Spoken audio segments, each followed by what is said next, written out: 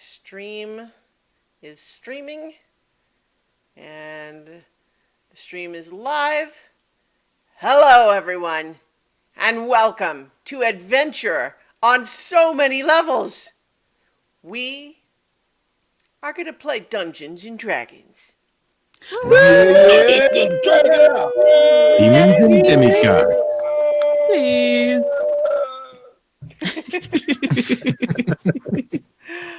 I'm Christiana Ellis, the Dungeon Master, with a little bit of extra spit in my mouth.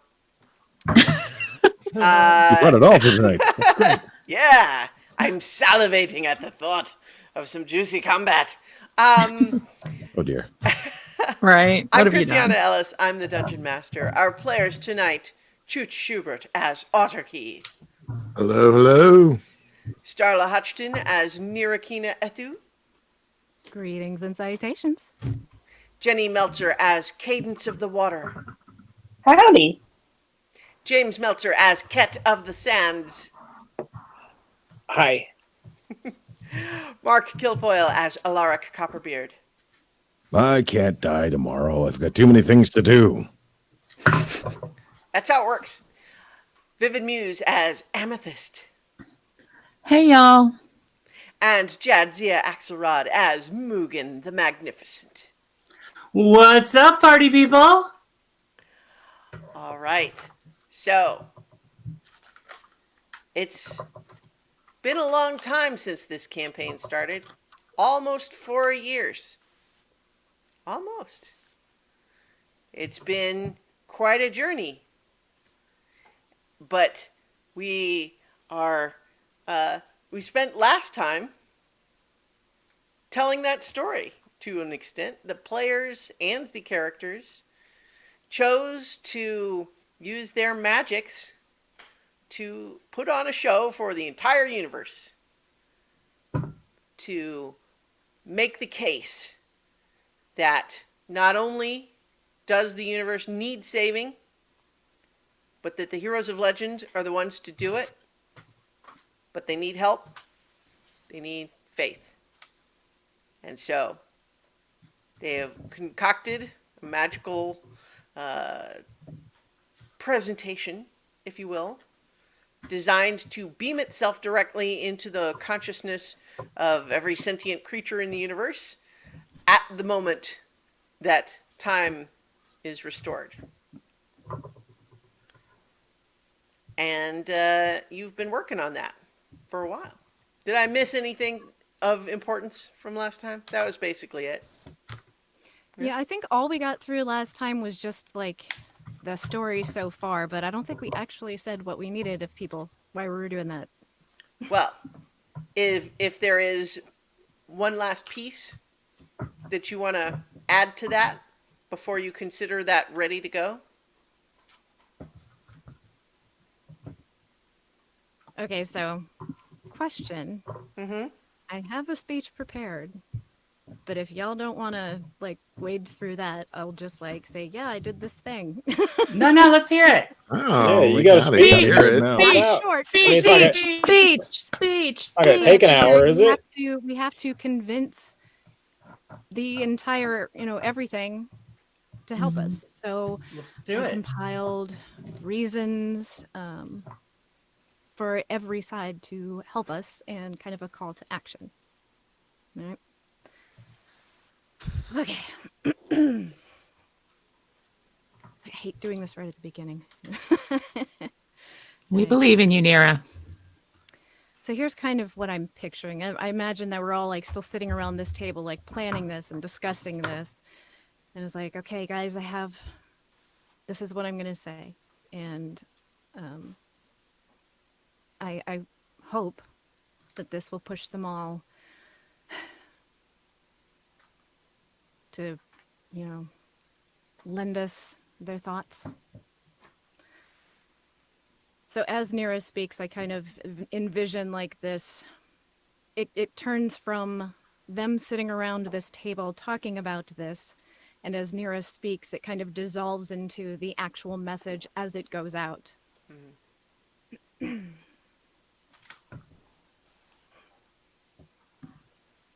So now you've seen our story. You know the road we've traveled, the people we've met, the history we've learned, the enemies we've encountered. You know what's at stake. Everything stands on a knife edge of fate in this single breath. What we do next determines what becomes of not only our world, but the worlds far beyond. Every plane of existence will be touched by the actions we take, and a careful hand is needed to keep from tipping into disaster. A careful hand, yes, but one with great power as well. I imagine you're wondering why we would tell you all of this. Why would we put our faces, our voices in your mind? What purpose could we possibly have in sharing so much with so many? And why now? Why this moment? Because it is in this moment that we need your help. In this moment, the demon lord Mothalost and his hordes of minions are poised to spill into the material plane, to roll across the land in a tidal wave that will obliterate all life as it surges forward. The innocent, the helpless, the weak. This evil will give no quarter, no exception, even to those who cannot take up arms and have no defenses. Neither love nor mercy will slow the invaders, and all will perish under the demon lord's command. To spare them, save them, preserve life, we must stand in defense. We must be that which turns back the evil that would consume them without care. We must be strong. We must stand together. We must believe this can be done, and that it is in the hands of myself and my dearest friends that will make it happen. You must believe it. You must focus all of your thoughts, all of your feelings, all of your intent into that hope. It is that belief in hope that we need. It is that belief that will link us and join our strength, and together we cannot fall. Indeed, we will not. But if not for the innocent, if not for the lives that would be saved, why else should you care? Why entangle yourself in matters of the material plane? It won't affect your world, after all. Or will it? A question was once put to us about who we are. Do we stand for order or chaos? Our journeys have caused ripples through the plains, upending lives and, in some cases, sowing chaos where none existed before. This, as you've seen for yourselves, is true. But it is also true that these changes are not unlike the tide. Where there was at first a rush of chaos, there will also be a settling, a retraction back into predictability. Much as there is birth and death, these ripples we've created are mere cycles, required to perpetuate life and prevent the entropic decay of too much order, too much predictability. Both forces are required for existence to persist. And so, my answer to that question of what we represent is both. For we will do what we have always done, what was required of us. The balance between good and evil, order and chaos are constantly in flux, but never on the brink of being so far tipped as they are at present. With another world under his control, what balance exists would shatter. The surge of power would flow towards evil and chaos, endangering every other world beyond the boundaries of the abyss and the material plane. Those boundaries would crumble away little by little, one by one, until they also fall under the relentless efforts of the demons. The stones now stacked in even number would shift. The scales will tip. Do you think that when he's done with the material plane, he will be satisfied? Do you think Mothalos will look down at the wreckage and ruin in his wake and call his work complete? Do you think the ashes and dust, the bloodied and broken bodies will quell his hunger? A demon will never be fully satisfied so long as there are other people, other worlds, not yet within his grasp. How long before his eye turns from the material plane? What place might be next on his list of what he covets? Whose ear might next hear his whisper? What wounded heart might be hurt enough to pause and consider his poisonous, honeyed words? What offer laced with lies will tempt another to open the door just a crack, just to see, just to sate their curiosity? For wherever there are those who have lost, those who cannot bear an injustice, those whose choices have all been stolen, wherever they are, there is opportunity. The hurt and the desperate are his favorite. When their pleas go unheard, unanswered, rejected, he will step in to present them with a last resort. And then he will exploit that weakness. He will charge through that cracked door and obliterate everything before him. It is not a matter of if he will choose a new world to prey upon, but when. And perhaps there are some of you that would welcome the fall of other realms. But for those of you of this disposition, think on this. Is this who you would see take command of this power? Some of you count demons as your most mortal enemy and burn with animosity towards them. So while you may not care about the mortals of the material plane, would you see your foe celebrate in triumph? Would you allow them to gain this victory, or would you see them brought low, humiliated, and thwarted despite everything they brought to bear? Isn't the sweetness of their defeat more to your advantage than allowing indifference to stay your hand? Some of you may not like us, may even hate us, but you cannot deny everything we have beaten back to get where we are. We have faced down gods, dragons, and whole armies. We have dealt with devils and fae alike. And, yes, perhaps we are merely small beings from the material plane, but turn within yourselves and ask this. Would I want to stand against them after all they have proven? These beings who stopped time itself, removed the very planes of existence out of the reach of the primordial forces who created them. What else might they have done? What else might they do in the future? Hope is enormously powerful, but it is only one side of the coin. If you hope for us to win, at least part of you believes we can. It is that belief we need. But if you cannot hope, then pour that focus into the other side of the coin. The things we fear take root in our minds for a myriad of reasons.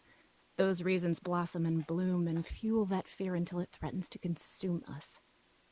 Fear is the belief that a thing will harm us, steal from us, destroy what we hold dear. So, no, you don't have to like us. You don't have to hope for us. If you despise us, consider why. You know we have faced unthinkable foes in the past and overcome them. So what chance, then, do you have? If we met in battle, odds would not be in your favor. We have sent tremors through all of existence, our footsteps changing the fates of every being regardless of our awareness or intent. So, what then, if our intent sets our sights on you? If you cannot or will not give us your hope, we will settle for your fear. Hope and fear. Both are belief. Both are faith. While we'd prefer to have one, the power of the other cannot be ignored. If you fear us, tremble. If you hope for us, focus. All together, we will stand. All together, we can do the impossible. On the material plane, a mountain once grew to shelter and protect. What once was, can, and will be again. Turn your thoughts to this mountain. Let them pour into the rocks and seep into the earth. fill up the hollow ground with hope and fear that it might once again serve as protection. With faith that we can do as we've said, Mount Rushama can be a beacon to the hopeless, a stabilizing force against unchecked chaos, and a shield that turns back enemies that would reduce us to dust. The mountain is more than a mountain. The mountain is a testament to belief and the strength that every last one of us wields deep within ourselves. And now, we must ask you, will you believe? I think that'll work. Goosebumps. Ooh. Inspiration for everybody. Your motivational speech. Yes. Well, Yeah, do it just like that. Yeah, mechanically, yeah, the D&D mechanic of inspiration. Yeah, you've all got it. Yay. I'm feeling fine. Yay. So, the finishing touches placed on your magical presentation. All that remains is turning the keys. But you figure before you start up time, maybe get a good night's sleep in before everything. Maybe one last meal. A good one. A good meal.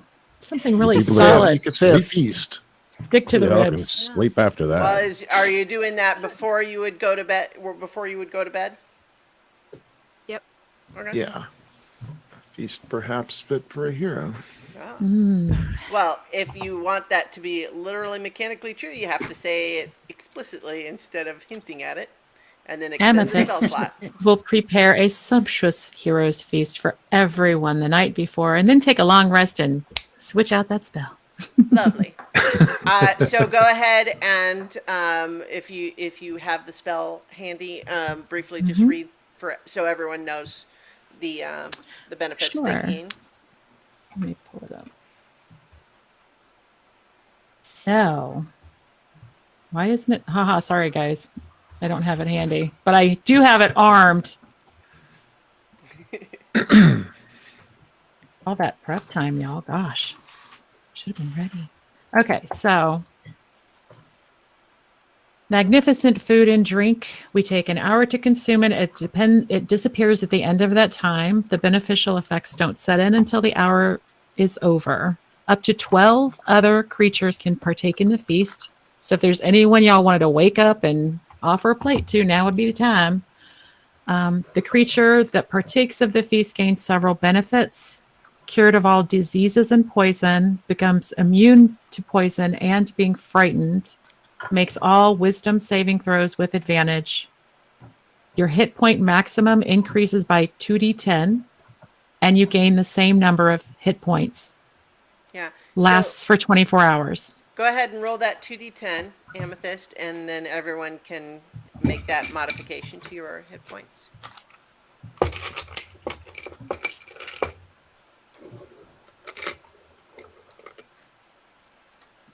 There it is. 9. All right. Nice.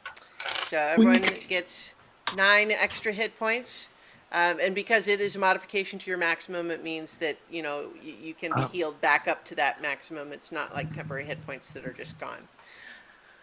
So, as you are all preparing for your evening's rest, where are you doing it? Where, describe for me the circumstances of your rest. I mean, I was assuming you were doing most of the preparation stuff in Emerald Arboris, but you tell me if you would want anything to be different. I'm trying to think if we should go to the mountain first and prepare there so that, because we'll have to do that whole dimension hopping thing. So whatever you think. Yeah. So yeah, I think we ought to do that before we hit the rest, so we could have the hero's feast like in the mountain and stuff. Okay. Yeah. Oh, nice. Get some s'mores going. So where in the mountain are you going? Are you going to the Dark Elf city? Or, I mean, you tell me. Do we want to do that, or do we want to go closer to the where the action is? But it doesn't take any more time to be further away, does it?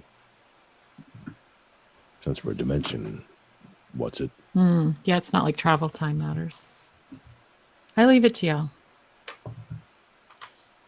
Amethyst is happy with anything. Well, I mean, if the whole idea is that you're Yeah. going to the mountain before so that you don't have to use the plane shift spell in the morning, Right. you would need to Then, yeah. travel. If I mean, other you have the Yeah. option available, but So yeah, we would want to be close to our final destination. So I think if I was doing that, I would probably plane shift us to that. I'm trying to remember if there were still dark elves hanging out in there. that little hideaway that Zorath brought you to Yeah. once. Yeah, because you know that's like an hour's walk from the place. I know how to Um, get there from there. Right. Yeah. So I mean, you haven't, I think, revisited that in a while. So I'm not sure. I don't think you know what's there unless you scry on it or something. Well, I mean, time stops, so I mean,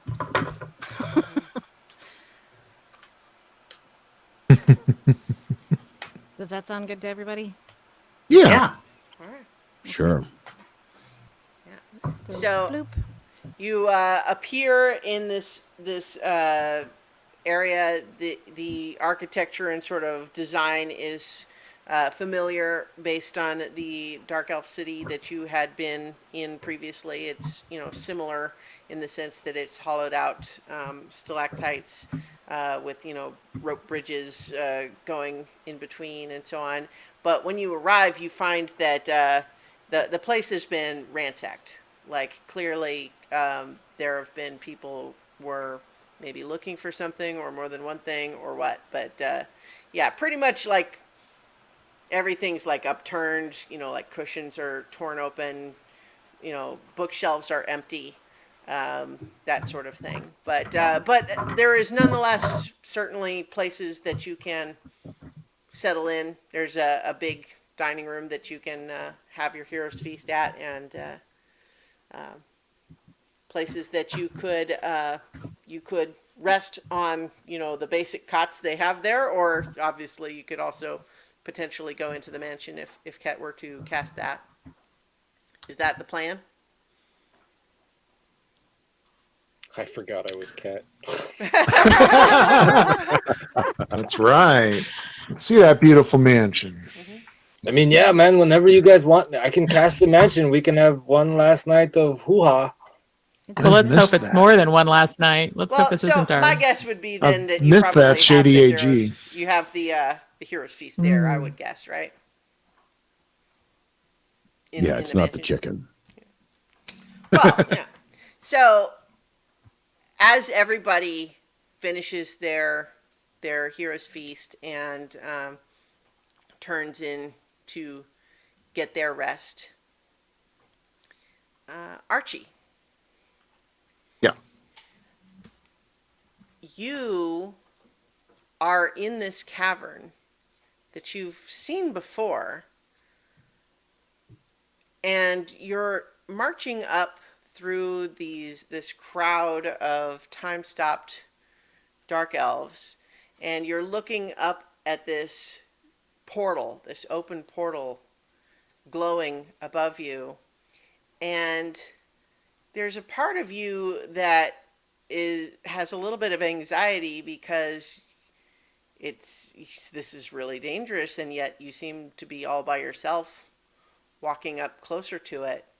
And as you approach, your perspective almost kind of zooms in. It's like you're standing face to face with this monstrous creature that's,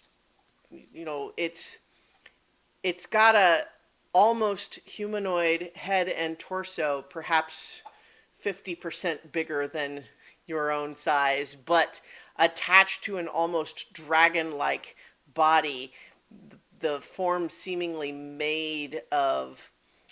It looks like a sculpture made of weapons, but it moves. It looks at you, and in your mind, you hear, "It's time. They can no longer help you." And you look back and you see that your companions are all time stopped, just like all the dark elves around you. And then you start awake and you see that there is some kind of an invisible creature, like you can sort of just get the sense of the distortion of the air, that is currently like leaning over you, reaching for your key. I would pull away and Sure. swat at it, I'm guessing. Nothing. You make no contact at all, and now you can't see anything. And I would use my third eye, Yeah. divine sense, to see if that sees anything You don't sense or any residue. any fiends in the room, but you sense some in the room next door, which we'll say is Ket's. I would charge out. Okay. Do you just knock politely, or are you kicking doors? No, down? yeah, I would charge. Yeah, absolutely. All right. I would. He Charge. did say charge. Yeah. I'm just trying Yeah. to No, be- I would make sure slam I the door understand. open. So, just quick verification, Kat. Would you be alone in your bedroom? Yeah. Okay, just checking. I mean, I might have a spectral spirit with me, but it's just So- me. So, Otterkey, you kick open the door, and sure enough, you see that there is another spectral creature crouched over Ket on the bed, and it seems to be reaching like towards his heart. Do I wake up? Not yet. Okay. I would yell and swipe at it. Okay. Well, so did you grab your sword or anything? Because I was assuming you wouldn't. Yeah. Actually, I mean, assuming it would be next to my bed. I would definitely. Yeah. All right. Yeah. Yeah. All right. So- Make an attack roll. With my fancy new die. Well, 15 without any kind of. But if I'm doing my normal action, Well, and for that 29. matter, no, yeah, okay, there you go. Go ahead and roll the damage, assuming that what you're attacking is not a fiend, because I know your sword does special stuff. right? Okay. So 16 points okay, slashing. Ket, Otterkey just kicked open your door, woke you up, and then attacked you with his sword. You've taken that like 16 damage. 16 damage. Yeah. Let me see what kind of funky spells I can cast back at Archie. Yes.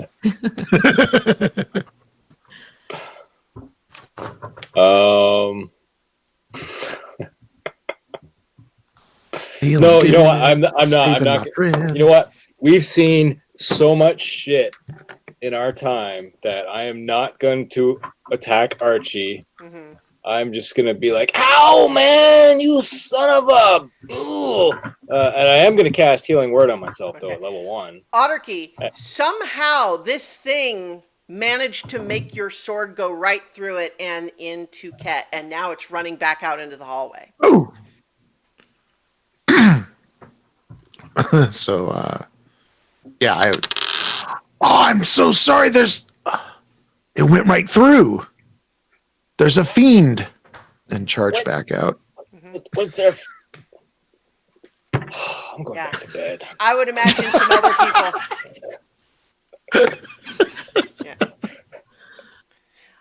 He's having night terrors again. Incidentally, I want to just be clear. Mechanically speaking, everyone has had enough rest for it to count as a long rest. So that's Cool. This is not interrupting the Thank long you. rest, but it is before you intended to get up. Otterkey, as you are chasing this thing, you're noticing that the halls and rooms and carpets of Ket's magnificent mansion are shifting around you. And as you're pursuing this thing, and you can't quite make yourself stop even when things start to feel strange, and soon you realize you're in a dark stone tunnel. Mm. And it's in fact very similar to one that you've been in before. All those time intervals ago, when you journeyed to the room where the stolen moment was stolen. But you realize you are no longer in the mansion, and yet you are compelled to continue going forward. So it's gotta be a dream. So I think, Ket, certainly you're awake. And everyone else, I think, probably has a good chance of having heard some of that. Nira, I think since you were maybe not, you wouldn't have been asleep. I'm going to just go ahead and assume that you might have been one of the first to sort of peek out your door. And I think what you see is Archie charging down the hallway and gradually fading out until there's nothing. What the heck? Do I see any other open doors? I mean, it's the magnificent mansion. It's the same as it was. Well, I guess unless Archie specifically closed the door, I would go to the next open one, which I would think would be Cat's. Mm-hmm. And like poke my head and I go, what's all the noise? What's going on? I don't know, man. Archie just like came in here and sliced me with a sword, and then he ran out. And I don't know. I think he's having a nightmare or something. Yeah, I think you need to get up. Something's wrong. Oh, I'm up. He ran that way and disappeared. And last I checked, he doesn't have that ability. Oh man. Yeah. All right, I'm up. All right. Gotta go collect the others. I take off my little nightcap and throw it on the bed. Put on my armor. Amethyst did cast Conjure Animals last night, so Cadence and Amethyst both, and anybody else that wants them, have a little herd. Probably gone by now if it's been 8 hours. Had a little herd of pigs and golden retriever puppies and cute little shepherd puppies and all kinds of cute things. Very nice. Thanks, but no thanks. Yeah. So, yeah, people are waking up, I would guess. Yeah. Seems urgent. Yeah, I'd say so. What he just What is disappeared? going on? Where's Clyde? Yeah, that's the problem. He's gone, and like in a weird way. Like he was upset? No, like as in he disappeared. Like he was. Oh, that is a running weird and way then- to leave. Yeah, he doesn't have that ability. He's never been able to just poof places. Like Unless he's holding out on us. Well, what Yeah, happened? man. What happened before? He disappeared. He cut me. What? What did He you ran do? He ran into my room and sliced with a sword, and like he was trying to slice at something, and he sliced me instead, like he was having a nightmare or something, and then he ran away, and he totally alarked right out of the place. But did he say anything? Like when he was, stabbing you? Are you okay here or not? I'm fine. Well, okay, you want to heal me? Okay, I'll heal you if you're suffering. No, it's okay. It's just a flesh wound. Okay. What did you do to him? I was sleeping. I think he did it to himself. What did he Sleep. say? Did Come he say on, come on. anything? What'd you say? I You didn't must have say said anything. something. What did he say? I forgot. He kind of, sort of, in a disoriented way, apologized, but then immediately just ran back out of the room. Okay, so he was So nice I can't about believe it. it went right through. Yeah, it went right through. Yeah. That's what Wait, did so A demon. was- That's what I said. I think he was having a dream. Like he saw something in my room and he went to slice at it. Then he's like, I can't believe it went right through. Of course it went right through. It wasn't real. I mean, he Okay. can see things that aren't visible. He did that with the hunter demons and stuff. I will. Did something get in here? I'm going to cast Not supposed to. my primeval awareness and see if I can sense anything. So I'm trying to remember just the range. I think that you are more than a mile away from the big, portal. Right. Yeah. You don't sense any fiends within your range. Okay. That's weird, man. Like I don't feel anything. Well, it could have left. I mean, you said he ran after something. He Yeah, may you have been said- chasing it. And then He- disappeared? Vanished? Or what? You said he alarmed. What the hell is that even supposed to mean? Well, Way to focus on the wrong detail. I just want to know what the Yeah. hell it means.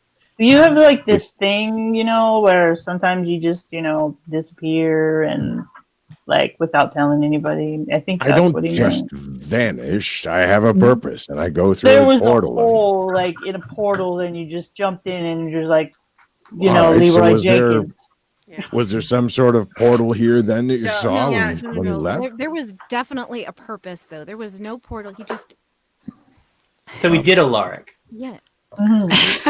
Amethyst is going to use her rod of alertness to cast see invisibility. Does she see anything else?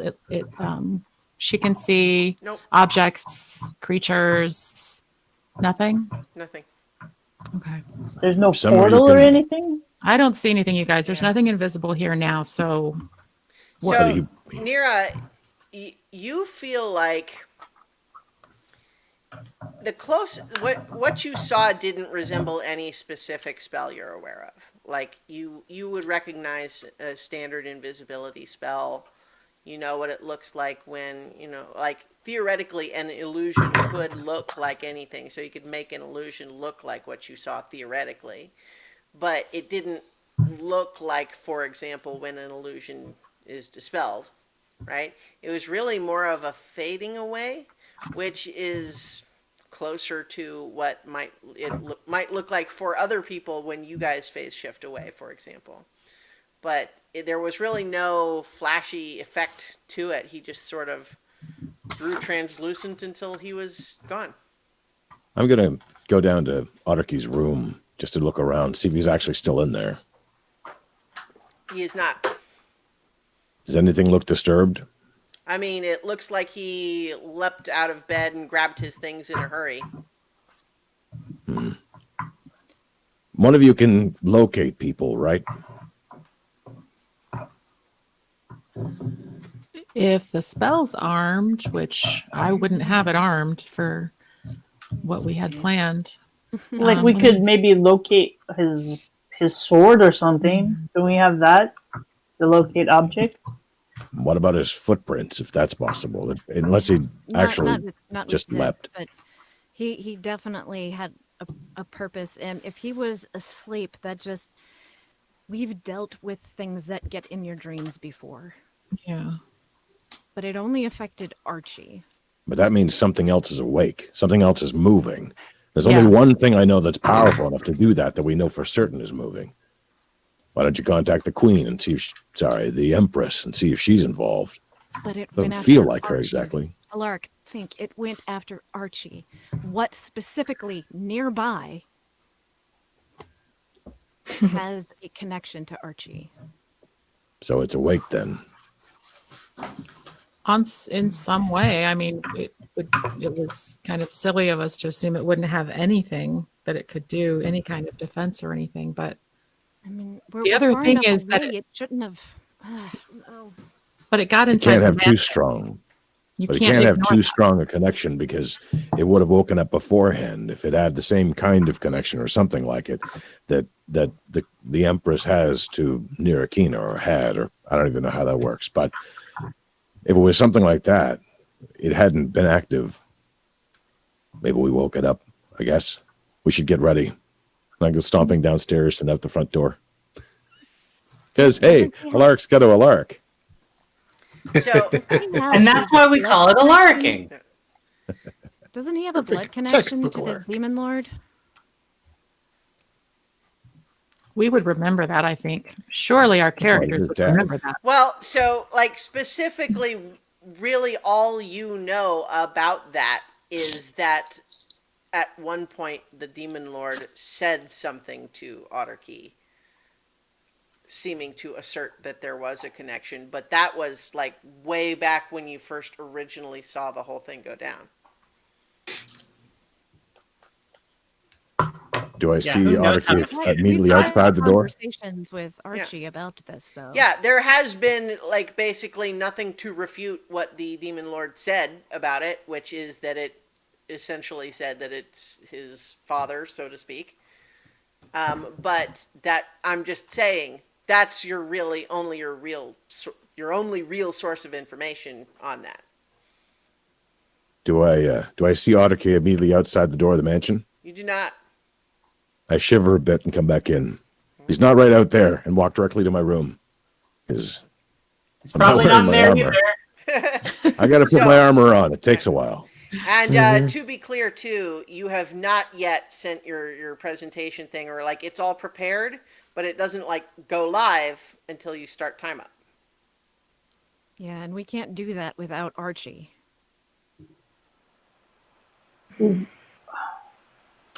This is a weird thing, but I'm actually going to just look in Archie's room and make sure that he's not sleeping in there.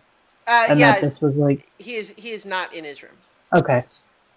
Can someone like cast sending or something and try and talk to him? Mira can. Not think. today, I can't. Ah, yes, of course. We're all Okay. primed for combat. I'm going to. Oh no, never mind. I can't do that. I pop my head out half dressed, but I still look fully dressed. Here, and I throw something on the ground. Try this. Maybe you can follow it. And it's a couple of pieces of paper. Mhm. Just write his name on it in a message and follow it. It should lead right directly to him. Well, hurry And up it's and the get message- dressed then. We can't do this till we're all ready to go. Yeah, we can't I just haven't- leave. I haven't put this crap on for a while. It takes time. So hurry up. It's even harder when you can't see it.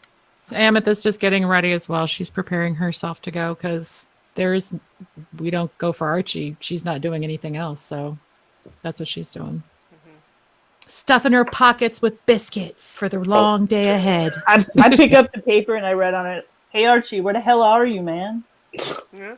And then I hold it because I'm not going to let it go until everybody's ready to go. Can you like fold up a second blank piece of paper with it so that he could answer? Yeah, that's a good idea. So I fold them all together like a letter with 2 pages. Sure, why not? It's a howler. Yeah. All right, it takes about 10 minutes, I think, to put on armor. So So, I mean, we can assume certainly that everyone is doing that ASAP and heading out. Yes. Yeah. Yes. All right. So, as you're heading out the door, Let the paper wait free. 1 second. Yeah. Let me So- look over my spells real quick. okay. Go ahead. I- Keep talking. But I know where we're at and I know how close we are, so kind of looking at these bridges that go, across and everything. So don't let go of that letter yet. Let's start heading that way. And yeah, so like across the bridges and everything. So it's not like across that chasm, where the paper can just like go. Right. but Sure. We would. So you can We wanna wait follow. until you've sort of crossed the bridges and down the sort of ramp that rises to that level, so that you're back on the cavern floor, ready to, and then you release it. Mhm. All right. It does travel faster than you can just easily follow it on foot, but it does Can you track fly a off. cadence? It does fly off in the direction of the Demon Lord portal. Okay. Mm. Yeah. So we Oh, follow. this is bad. This is bad. This is bad. This is what we're doing anyway. So Yeah. It's Yeah, but true. not We just without got a our head start. yep. Come on, guys. This is like our whole life. We sit around and plan, and nothing goes according to plan. Let's stop planning, man. Let's just roll. Yeah. And then Amethyst. Leroy Jenkins! Yeah, baby. His name is What Otter has Key. planning He's ever gotta gotten be That us? I had all the big old speech and everything. It's a really good speech. I'm very proud of Yeah. you. Well, You you've did got a an good hour job. of walking. You could give it on the road. More Yeah, we can pull that trigger.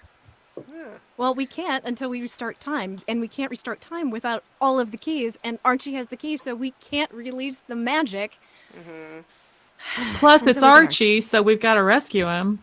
We do have that to part. rescue Archie. That is important.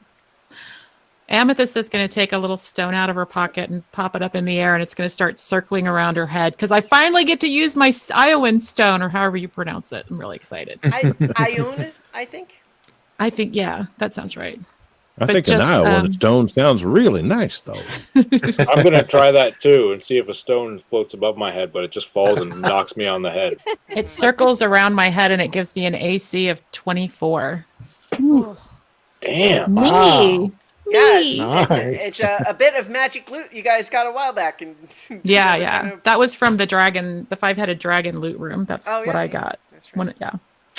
All right, so you are hurrying on your way. I'm going to assume that you're traveling at a quick pace, but not otherwise using magic to speed your travel. Is that correct, or you tell me otherwise? Yeah, I think so. Yeah. Okay. Yeah, not. Yeah, because we can't. I don't think there's anything we can all do to make that happen. for I'm not. all I of just get us. down on all fours so I can run a little faster. Is I mean, that I could- helpful if you're going faster than everybody else? As long as Sure. somebody can see it. We Well, can see them. I mean, you guys tell me if any of you would be like going ahead, or if you're staying together. I'm like, Well, the We could longer go we by follow it. Sorry, go ahead. The longer that we follow it, if it's going where I think it's going, I'll know the route. So even if we lose it, Yeah, And we'll try to take summon- shortcuts maybe by walking on the walls or. all right, so whatever we'll all seems just to stick be. together and rush after it. All right. So basically, there's not a lot of places to turn off or anything on this particular cavern. It leads to where you are expecting it to lead. And as you finally emerge into this enormous cavern, I'm going to switch us to the map. before we go in, do we see where the threshold was for the stolen moment? Like that time bubble barrier? Yes, basically, you would have. Well, so this map assumes you have gone in past it, but the I've got a dog looking for getting through his own barriers. As you reach the place where that threshold had been, there's like nothing visual to indicate that there's anything there. Like, do you toss a rock or something? You don't see Well, Zoreth I or was anything. more interested in if there were the things that had been suspended in it before, if they still were. You don't see those things. So you guys see Nira distinctly pause at the place because she knows exactly Right. where it is. For the rest of you, there's no obvious indication of like this spot doesn't seem any different than any other spot in this tunnel, except that you see that you are about to emerge into this much larger cavern. Did you see him? No, Well, he's not we- here. probably not. The paper's still going on. So, did you see something else then? No, it's what I don't see. What don't you see?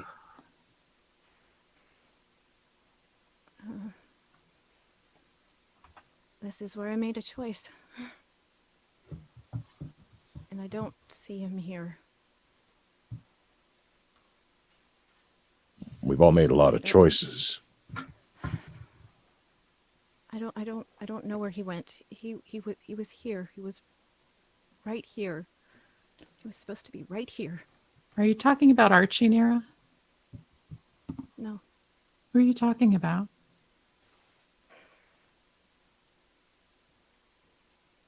This was the boundary of the stolen moment. This is where Zorth brought me to show me. And this is where I made a choice.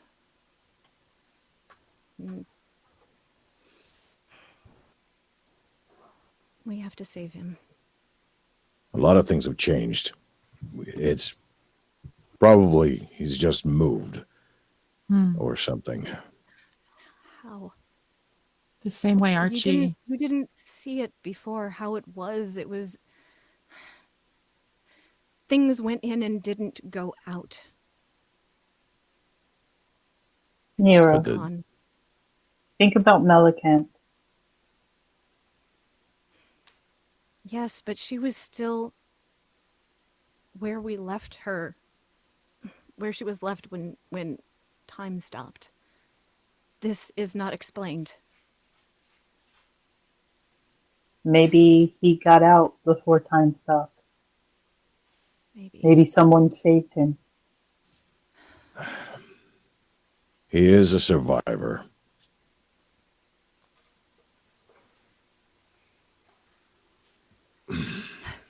We should Just go be after prepared. Archie. Otterkey. There might be another surprise, so just be aware he might be a player in this yet. I'm going to go on ahead. All right. As each of you cross the threshold, there's nothing visible. Amethyst wants to do something before crossing the threshold, though. Okay. She's going to reach out and touch Alaric and cast freedom of movement on him. Okay. It lasts an hour, so it's not anything urgent for right now to worry about. Sure. But yeah. Alaric misinterprets, I'm fine, Amethyst. I'll be fine. As I long as know. she is. Of course. All of you do feel just a little bit of a shiver as you cross over the threshold. Like there's nothing visible. You feel fine afterwards. There's just a little bit of a...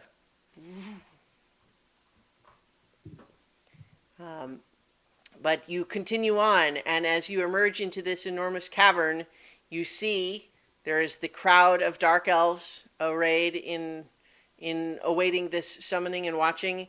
Off to one side, you see the younger version of Melicant and her party over there. You do see that the younger version of Melicant also has those strange purple lines all over her. You also notice that perhaps a third of the dark elves in attendance have that as well. And then as you look past, you see where there are different tiers leading up to the altar where the ritual is performed. Perhaps these are more important dark elves in places closer to the front. And you see these two high priestesses. Then, just before the altar, you see a young boy, a young Genasi boy, who also has those purple little marks all over his face. And then you see his mother. And then beyond the altar, an enormous portal with Archie at the center of it, surrounded by other demons. And as you look up and see it, even though he is 150 feet away, you hear his voice in your head, Archie's voice, plain as day, saying, well, it's time, so let's do this. And we're going to roll initiative. What the duck? 4 years, Autarky has been an evil creature, and we just didn't realize it. In our midst. Autarky, you do actually go ahead and roll initiative as well. 18. Okay. What is going on? Natural 20 on that, plus...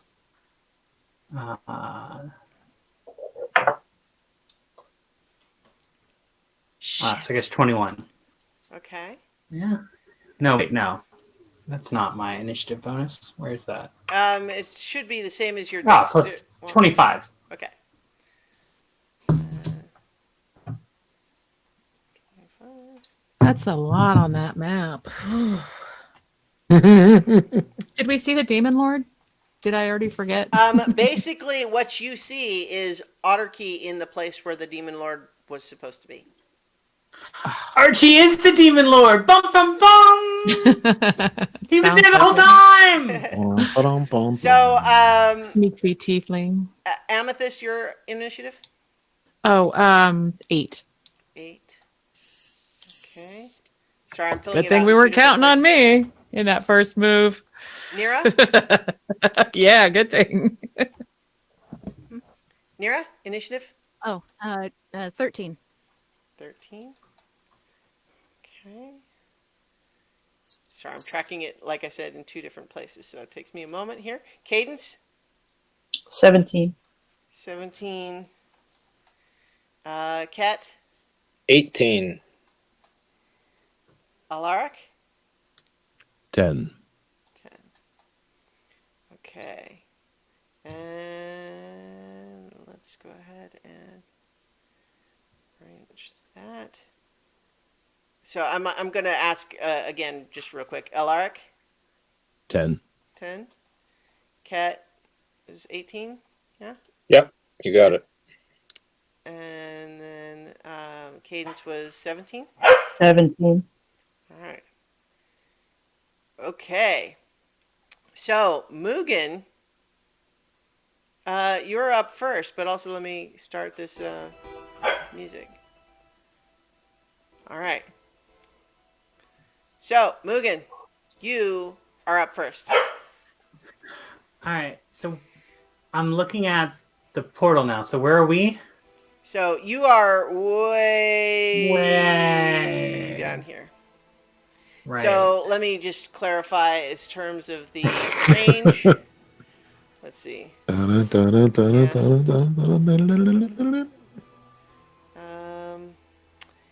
Yeah, you're like 150 feet away. Right. I can poof that far, right? With the cape?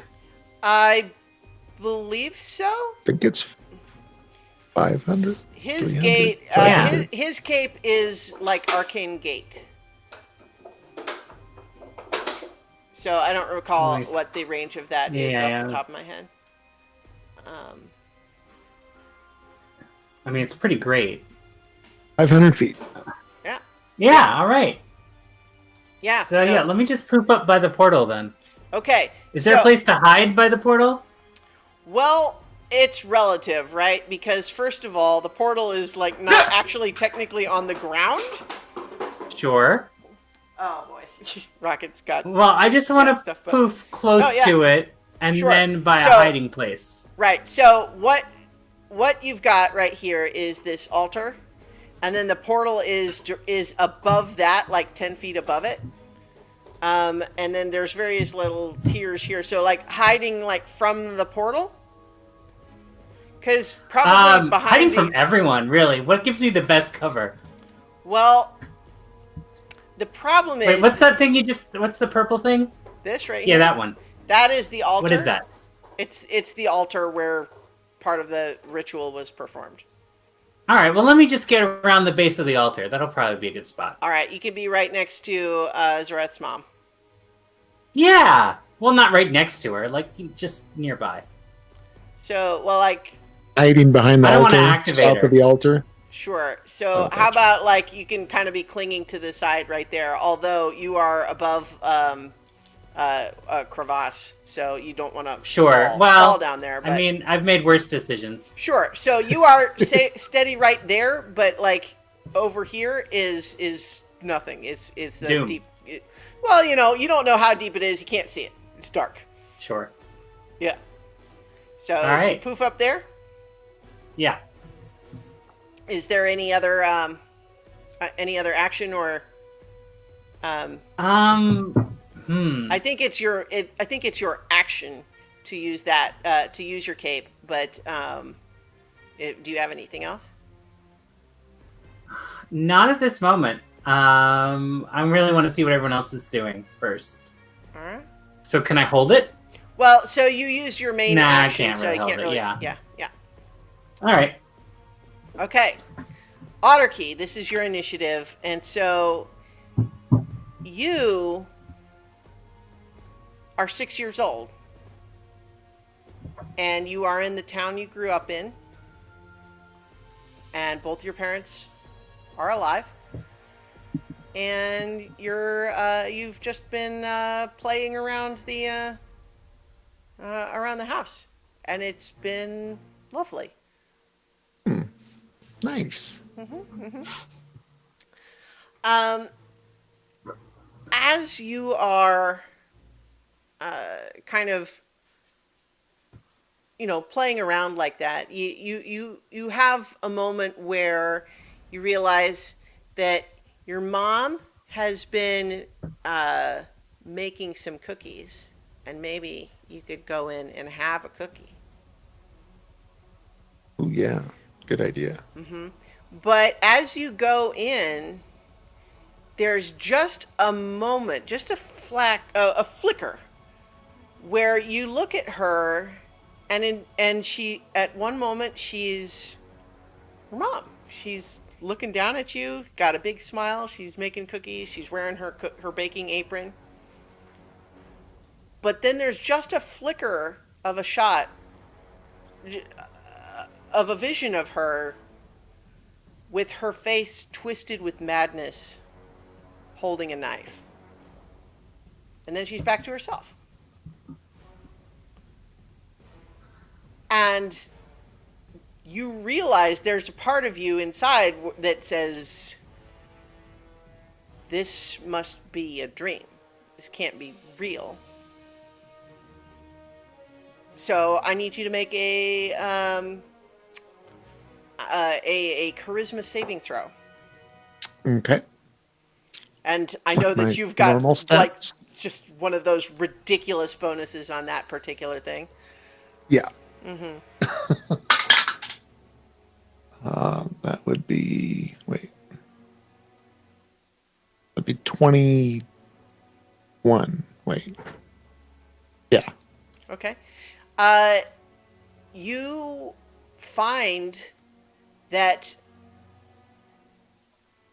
vision that you had of her, that's scary. You don't want to think about that. I'm going to go back to playing. In fact, look, she just gave you a cookie. I scored. All right. Ket, you're up. I am going to. I want to make one point with that. With the BAMF that Mugen did.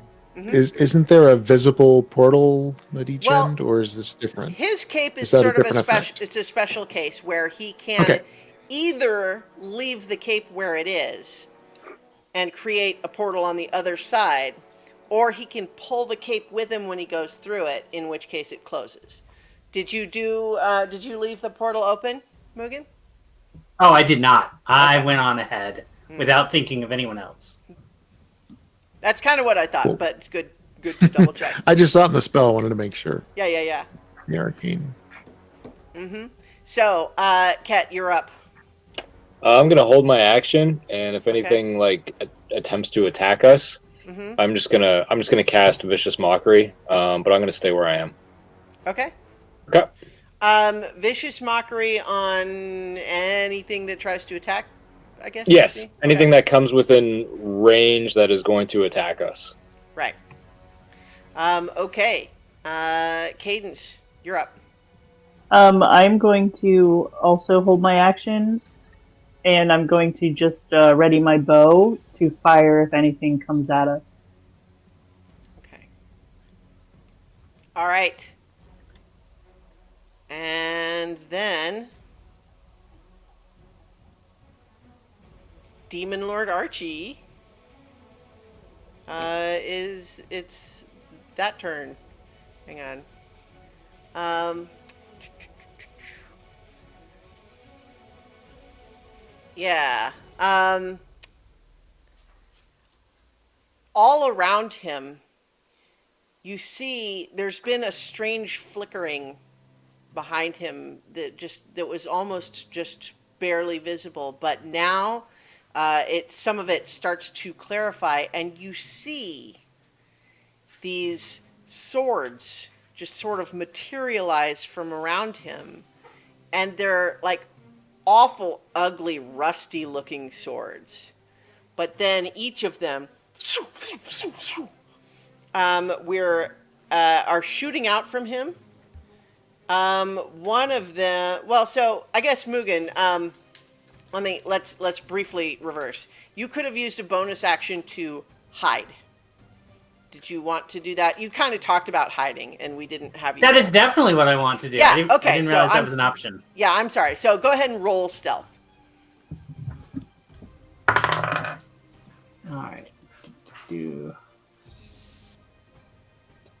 stealth. All right, that's a 15. Okay. I think I have a hide bonus too. Yeah. No, well, that would normally be your bonus action is that you can do a hide check. I think in this case, I'm going to rule that you didn't roll high enough to be hidden, but you don't have line of sight because you're behind the altar thing. So it couldn't just have it zoom towards you to hit you because it's not line of sight. But my dog. Okay. He is so no attacks on you, Mugen, but Amethyst and Nira and Ket and Alaric are gonna get these attacks. So, Amethyst, it's a crit on you, so that's gonna hit.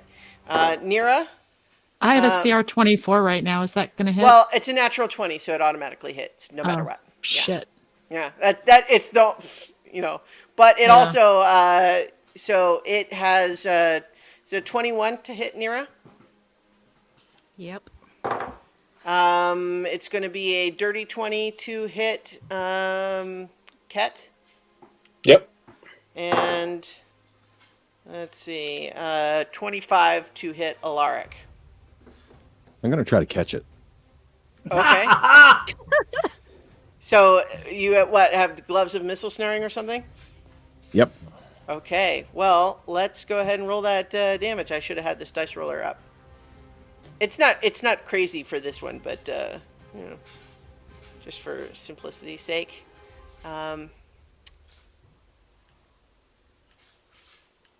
Okay, so Alaric, it is 20 piercing damage coming at you. Oh, excuse me, force damage. Okay. Well, I can't stop all of it, but I can stop 12 of it. Okay. You find that this apparent rusty blade is actually just a force projection that sort of phases through your hands, but you do manage to nonetheless disrupt enough of the force that you reduce the damage. For Nira, it's going to be 14 force damage coming at you. Ket, 19 force damage. And then for Amethyst and the crit, that's 33 force damage for you.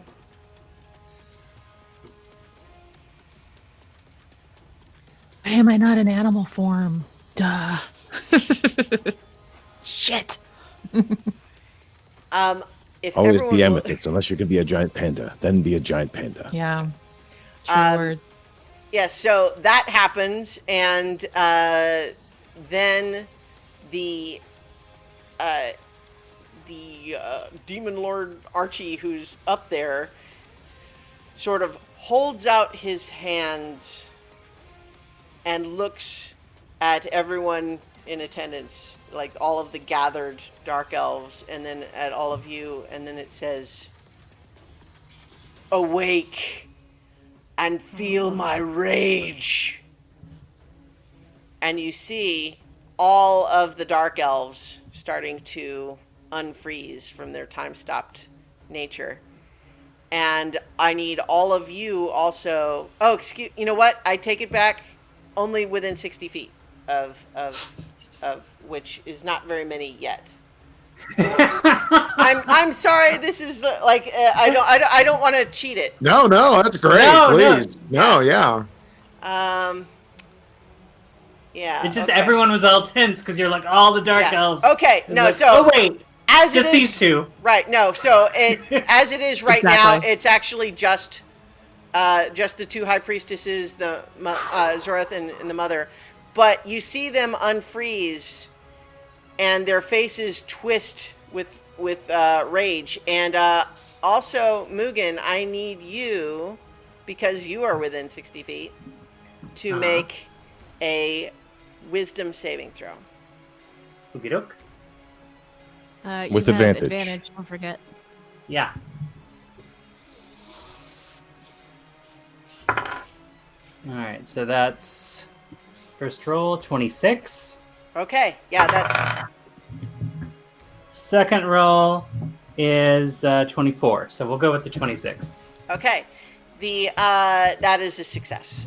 So you find. I'm very wise. You find for a moment that just looking up at this thing that's taken Archie's shape, you for a moment just feel this overwhelming desire to just attack anything you can get your hands on. But you're enlightened now. You can handle this stuff. This is fine. Let it wash over you. However, you see that these two priestesses and little baby Zorath and his mom do not seem to have been able to let it wash over them. And you see them No, let's not. attack each other physically, just like the mother goes to stab her son with a dagger at the same time that he is clawing at her. The two priestesses also are physically grappling each other. Those are bad guys, right? Well, yeah. I mean, it depends on your point of view, doesn't it? No, that's the problem. Ah. All right. So, yes, I think that everyone can kind of see that happening. If not the fine detail, you can see that all of a sudden the figures up on top are moving and struggling with each other. All right. So I'm assuming that would not have tripped, Cade and Sorket's held action, because they're not attacking you guys. Nira, you're next. I'm going to fire off Beacon of Hope. Okay. Mugen's going to miss out, but I want to make sure to also target those folks over there. Okay. Except for Melicanth. Like, I'm worried about What's that the whole... range? Yeah. The whole crack thing she's got going on, but it's 30 feet. Okay. So 30 feet from you, you're gonna get like. What's the It benefit says any on that? creatures that I choose. Well, within So- 30 feet, right? So, yeah, I mean, you can.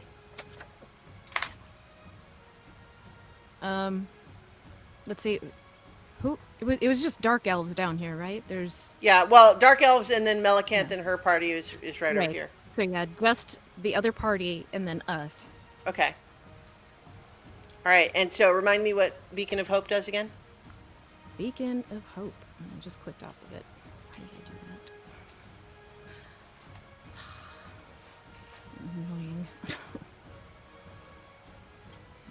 There it is. I know that any healing spells vitality automatically max spells. out. Yeah. Yeah, Hope and Vitality. For the duration, each target has advantage on Wisdom saving throws and Death saving throws, and regains the maximum number of hit points of any possible healing. So wisdom save, death save, and then the max hit points. Cool. Healing. Yep. Mm-hmm. We already had advantage on wisdom because of Hero's Feast. All right. Right, but That's saved. That's Okay. saved, yep. So as you cast this spell, you see Melicantha and her party over there unfreeze, and they were sort of looking up at the portal in horror, but then they seem to briefly look confused and looking around, and they're realizing something is different than when they last long story. noticed. Height. Yeah. All right, so that is gonna. And are you doing anything else with your turn? Gonna move or? I think maybe I'm going to move a little closer to them. Kind of split the difference a little bit. Okay. Like how far? So like 3 squares to the yeah, that way. There you go. Like that? Yep. Okay. That makes it next. It is Alaric's turn. I have a question about topography. Okay. So, have we just got a wide, flat space in front of us, and this is a cave? So it is a cavern, but so it is flat up to here. Then it's still at the same level, but kind of cracked and uneven up to here. Then there is an elevation change 10 feet up to this level. Another 10 feet up here. And then this is about the same, like 5 feet up to here, another 10 feet up to here, 5 feet up to there. So it does elevate in that way. And it looked like there were pillars on the side. So is there side walls or just the pillar? No, just the pillars. This is an enormous cavern. It goes off quite a ways on both directions. Okay. Not really much other way to do that then. All right. Well, first of all, I heal a bit. A maximum bit, which is nice. Let's see. Bonus action. Actually, no, I'm going to save that. I am going to pick my way carefully through the crowd as straight as I can. Okay. Right toward the portal. All right. So how far are you moving? It'll be move, action, and bonus, so a total of 75 feet. Okay. So let's go ahead and just... yeah, you can get up to there. All right. And so a little ways still to get all the way up there, but you're much closer than you were. And out of the mass. All right. Good. I'm done. All right.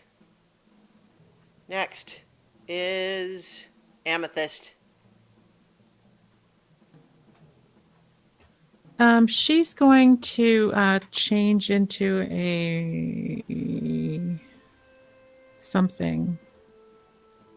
She wants to fly. Is it purple? It's got to be, right? If not now, when? Sorry, I'm having trouble with my little cheater. Okay. I think we're gonna go with oh, that's so squishy still though. I'm gonna go with the I really love the Quetzalcoatlus. I don't know why, but that's what I'm gonna change into. Okay. With an armor class of 24. I didn't make a token of that, I don't think. That's fair. I didn't warn you. Yeah. If you have any other birds, that's fine too. Let me see if I can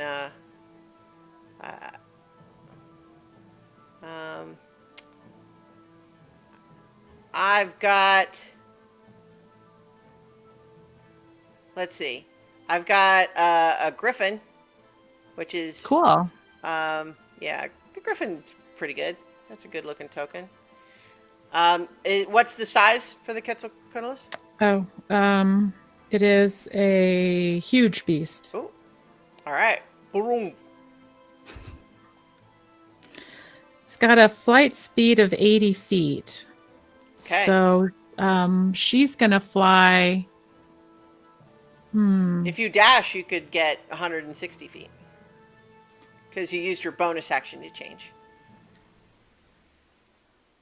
Right. How far is Mugen? I don't want to draw attention to Mugen, so I'm not going to like go to Mugen, but Let's see.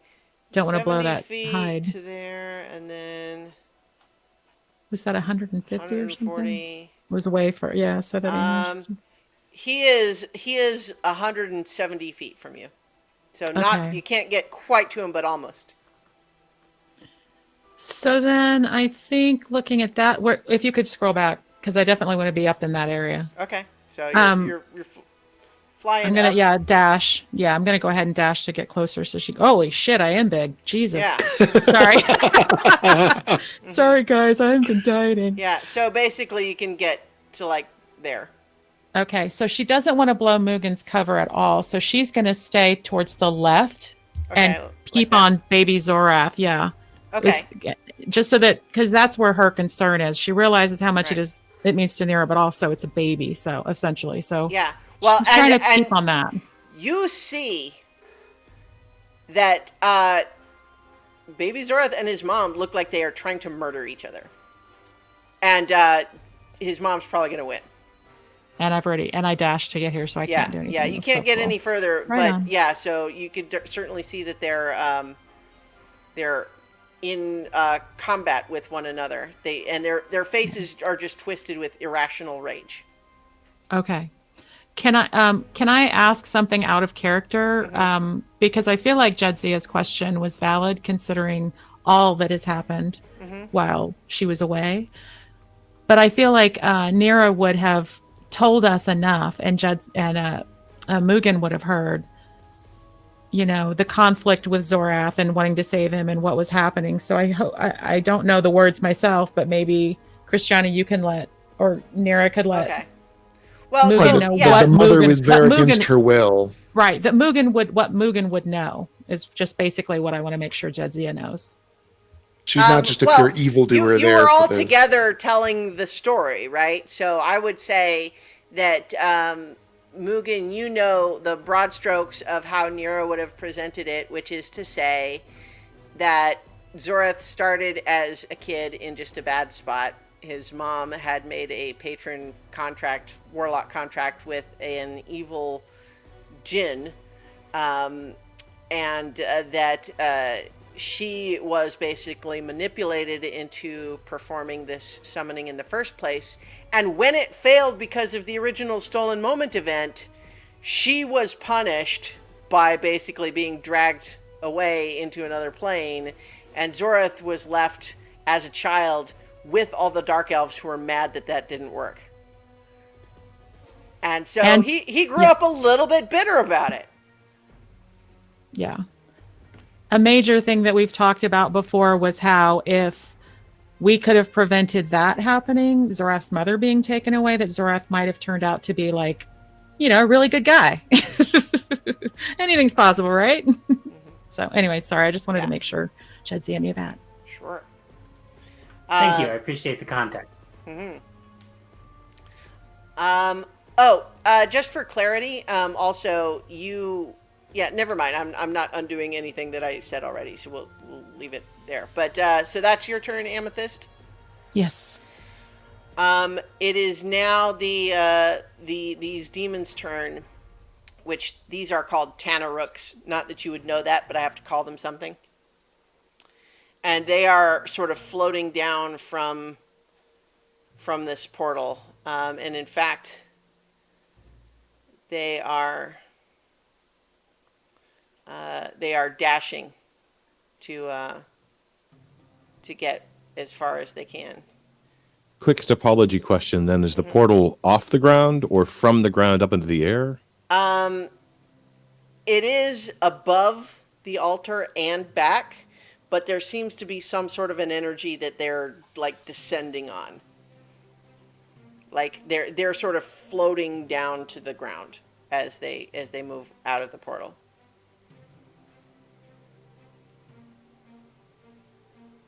So they are dashing to get where they are, so there's no additional attacks from them, but they do seem to be like charging into battle, and they are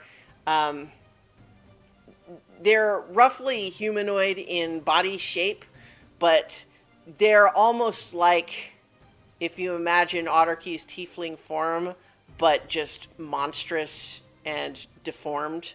Like the horns are like splintered and cracked, and all the muscles are just like bulging, but like in a sort of like veiny, distorted way.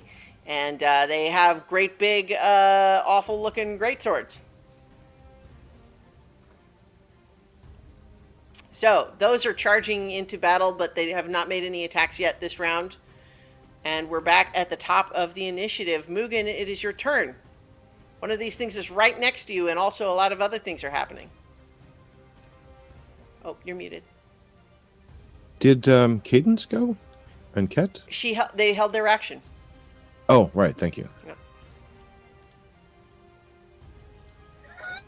Yeah. All right. You know what? I've never used the Distractorizer.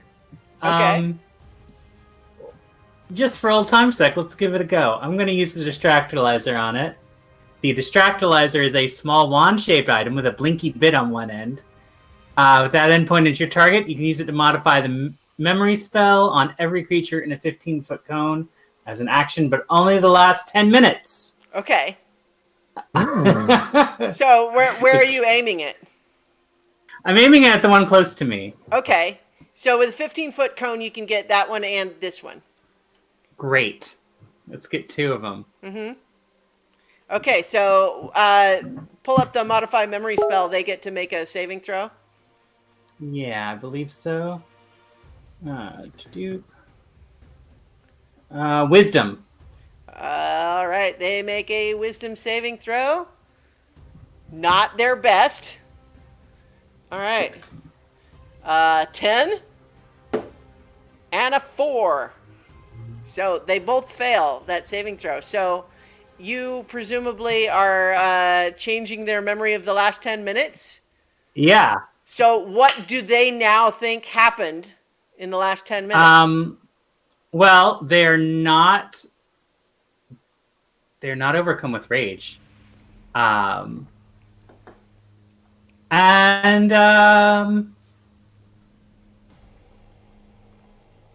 So they are still demons. Yeah, but like they didn't have the. I want to wipe the rage thing that everyone else is going through. Yeah, no. Or did they not get it? That's something else. So you get the sense that they don't need special magic glamours to make them full of rage. That's kind of their usual thing. All right.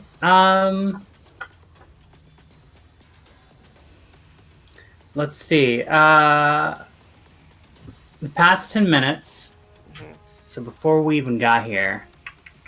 So you can even change their memory to something that would make no sense to them, but they would potentially just react then as like be confused as opposed to. Well, I mean that's pretty good too. Mm-hmm. I'm just trying to figure out what would be the best use of that. Sure.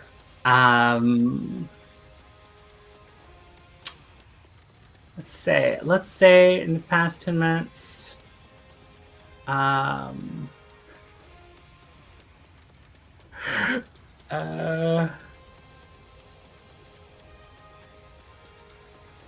You know what? Let's go for confusion. Okay. I would say in the past 10 minutes, they were at a birthday party with like cake and little hats, mm-hmm. and we're having a really good time. And now they're here. All of a sudden. Yeah.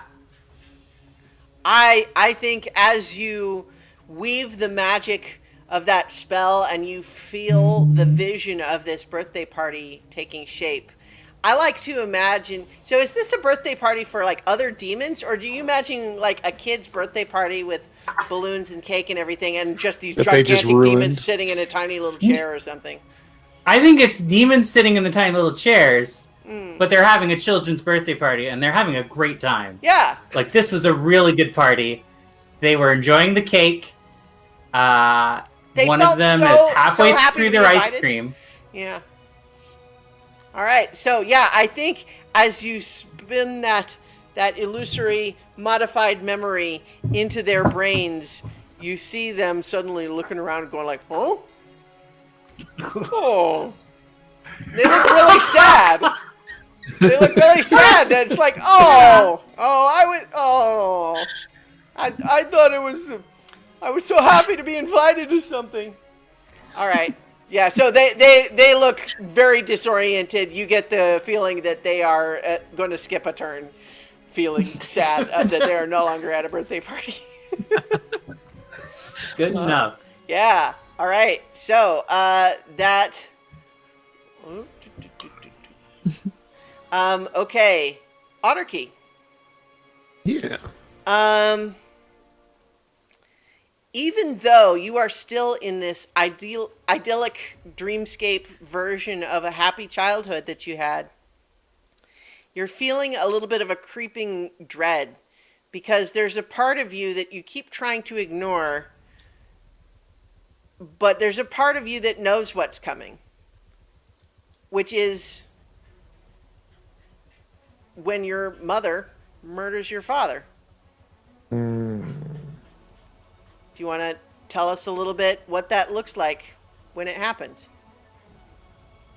You don't have to go into gratuitous detail, but maybe just a couple of just telling details, things that flash through your mind as you're dreading this coming. Sure.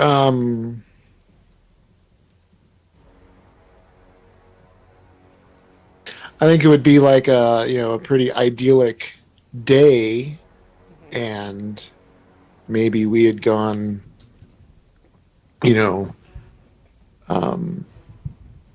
checked our traps and caught a hare or something, and I had helped him with cleaning it, and then we bring it in to help with a celebration dinner or something, but he can't really remember what. And that's when we find her like weeping over the preparations that she was making, and just turns with this twisted expression. Mm-hmm. So you are kind of forcing yourself to avoid, like to try to turn away and not experience this again, right? You feel like this strange dreamlike state is trying to make you see it, but you're trying to not see it. And then you feel the presence of something you haven't felt in a long time. There was a moment where a spirit of vengeance came to you, and you swore an oath to that spirit that you would seek out and punish fiends of all kinds so that they couldn't do this to other people. And that spirit is saying, you forsook your vow. Make a charisma saving throw.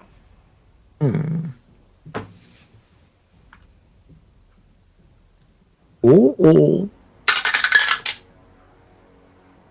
27. You find that in this strange dream, you're not 6 anymore. You're a bit older. Maybe, like a teenager. But tell us what you tell the spirit of vengeance as you resist its attempt to make you feel like you failed.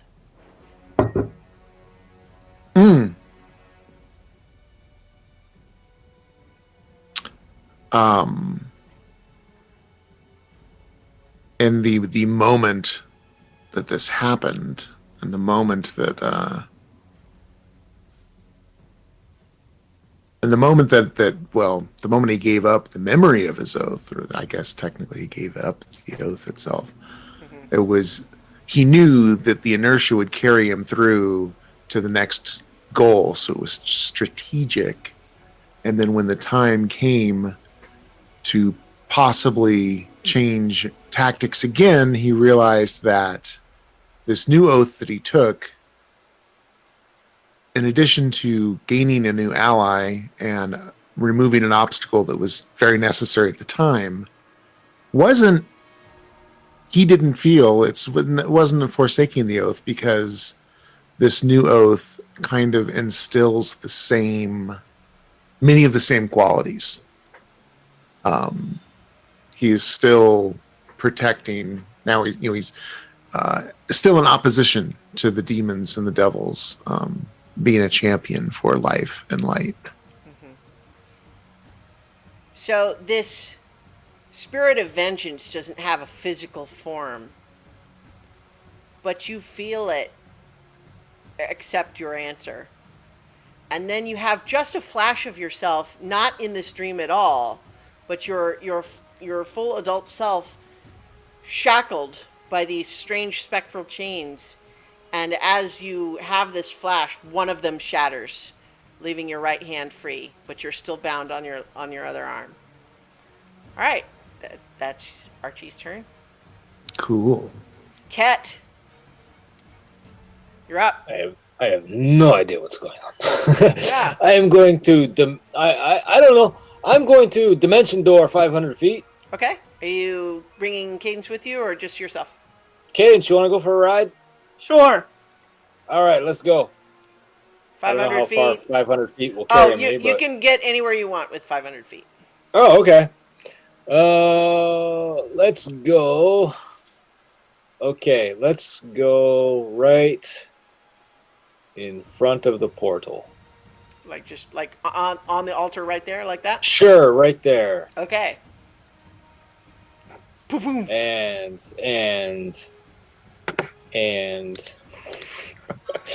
what do I got as a bonus action? Let me see. Oh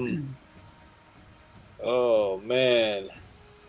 I will sing inspiration to Cadence, and I don't even know, man. I like big portals and I cannot lie. Some other Archies try and deny. But when a demon comes in and we try and spin, let's just kill them. And win. And win. Yay! All right, so that's Bardic Inspiration for Cadence? Yep, 1d12. What is 1d12? Okay. Yep, All you can right. use that on it. You can use that on anything. Great. Okay. So, Cadence, it's your turn now. Okay, bonus action, lightning arrow. Uh-huh. And I'm going to shoot at the demon guy right in front of me. This That way? guy, yep. All right. Yep. That is a 22. Okay. Hang on, let's see. I could have... a 22 definitely hits. Okay. So, let's see here, lightning arrow. 4d8.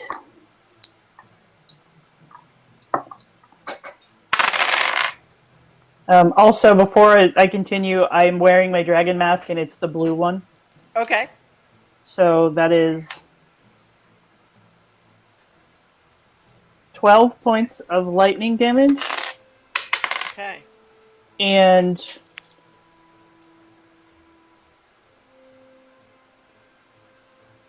so 10 points of regular damage. Okay. And he cannot take reactions until his next turn. Okay. And then I'm going to fire my second shot at... Well, I'm just going to fire at the same guy. All right. That is 30 to hit, Definitely hits. and that's 11 points of damage. All right. 11. And that's my turn. Yeah, so both of those attacks definitely do damage to him, although he's looks like he could take some more for sure. But those were significant hits. He felt them for sure. All right. Next is the Demon Lord.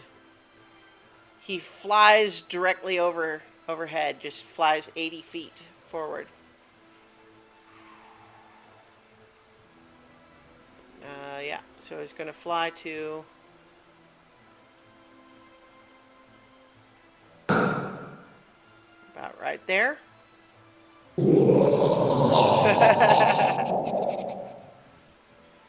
Yeah.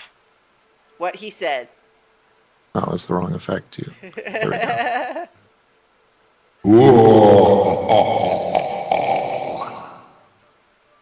There we go.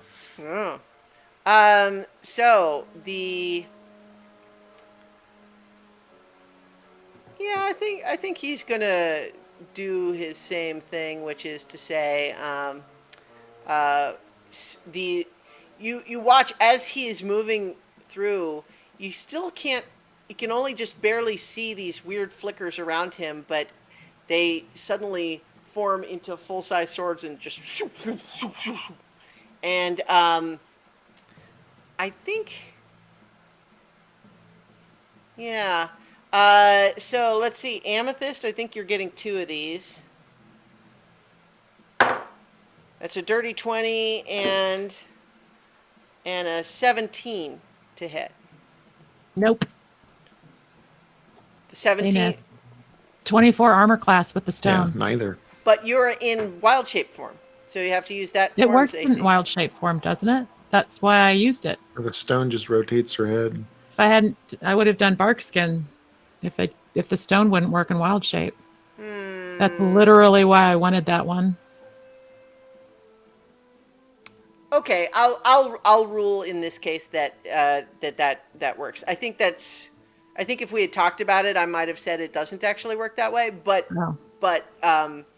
because that we didn't clear that up in the head, I'll say it works as you say. So Yay for lack of clarity. so what you sense then is that you have this sort of field generated around you from this stone, and you see 2 of these swords that absolutely would have hit you, but you see just at the last second they kind of go vroom, vroom, and sail off into space. Phew. Alaric, you're not so lucky. You get a 27 to hit. I'm going to try to catch it. All right. I didn't catch quite as much this time. 21 force damage. I only caught 8. All right. And then Mugen. That is 25 to hit for 14 force damage. All right. And then once again, you see him stretch out his hands. Feel my rage. And once again, everyone within 60 feet, which now includes Ket, Cadence, Mugen, Amethyst, and I think Alaric might be just out of range. Yeah. So let's get a wisdom saving throw from Ket and Cadence, and from Mugen and Amethyst. Remember, you have advantage.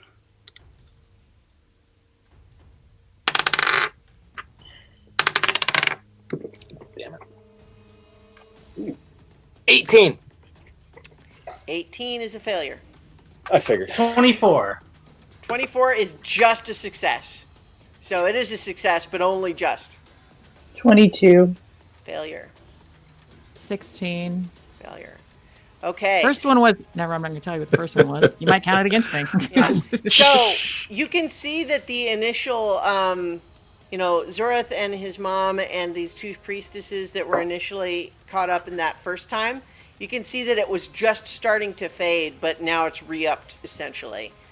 That they are struggling with each other. But everyone who failed, which is Amethyst and Ket and Cadence? Yeah. Mm-hmm. I need you to use your reaction to make a weapon attack against a random creature within reach. So probably for Amethyst, it's going to be this priestess right here. But Ket and Cadence, I think you attack each other. Oh no! Melee weapon attack. Yeah. Okay, so I'll just claw attack him. Okay. And it's made with advantage. 4? If you have, yeah, you weren't. 5. Yeah. Okay. 15 total. Okay. Yeah, my armor class is 18. Okay. My total is like 4 because for my melee attacks I have a -1. Okay. Yeah. So I think what you feel in that moment is just this. You see red, and this feeling is just that everything around you is just wrong, and it makes you so angry you just want to tear it to pieces. So a melee attack with advantage from Amethyst. That'll be a dive attack. Okay. What's my 2-hit bonus on that? Oh yeah, so it's just a bite attack with the dive attack thing on it. Okay. So that's a 14 to hit. You do damage to that priestess who's already fighting with this other priestess. She is hardier than that though. And Zorath, baby Zorath, is a stroke of luck because although he was significantly injured by his mother in the previous round, she turns her attention to the demon next to her because it's random. So he looks like he couldn't take another attack like he did the last round though. And also, just incidentally, all of these other dark elves within range immediately start, charging at each other to fight to the death. So, that is the Demon Lord's turn.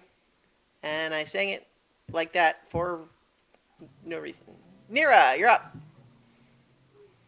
All right. Is Melicanth still holding the stolen moment?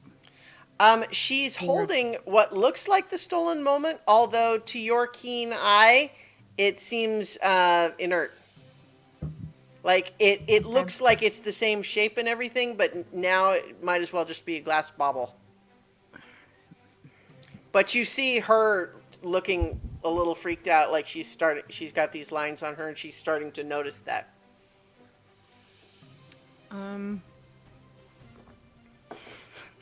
Sorry, I had somebody looking at me. It was weird and creepy. There is not a lot I can do from back here. Because I can't use any of my concentration stuff. So...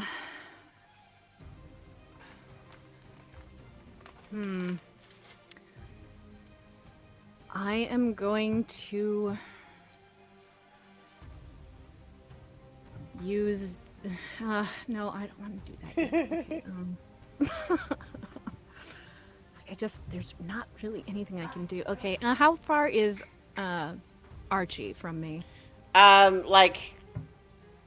Let's see, probably 150 feet, I'll say. Let's see, my movement is I have a flying speed of... What was my flying speed? Is it the same as my walking speed?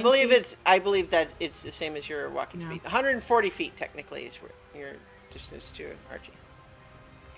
Okay. So that's too far for anything.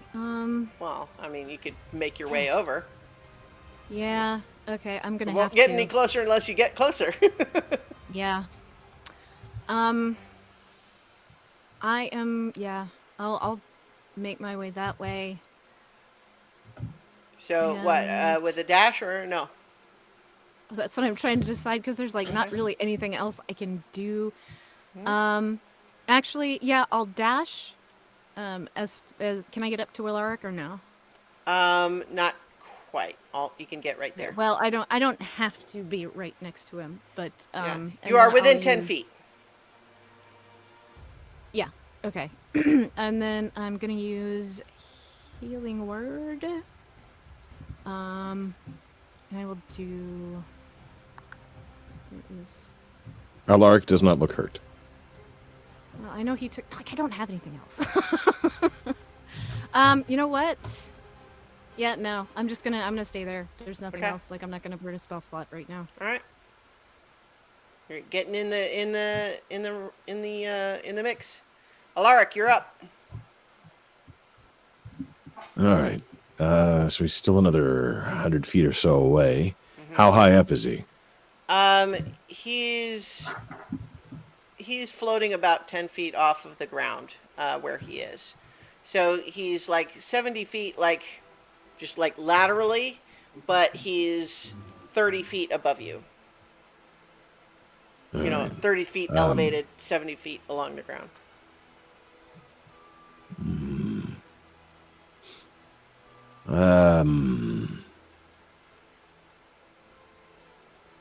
Yeah, I think I'm just going to, let's see, charge on in trying to avoid any people. Focus entirely on Autarky at this point. Yeah. Well, so as you are charging through here, you're charging past these dark elves that are gripped in I combat. don't have to with each charge other. through them. I can just walk up the wall. Okay. Well, my point is that as you pass them, is all I was saying. As you Sure. pass them, they are fighting in combat with each other. So where are you trying to get to? That's More or 30 less feet. 25 feet for the first step, and then Right. I'll use my action for.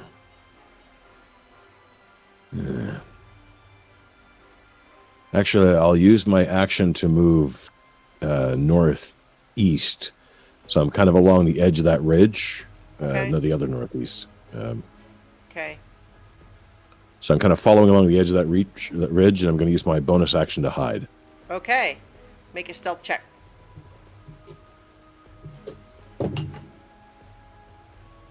27. 27's pretty good. Let's see. Oh, yeah. You believe you are hidden. Usually do. All right. That is. Whoops. I'm opening the wrong windows. There we go. That is Alaric. Amethyst, your turn.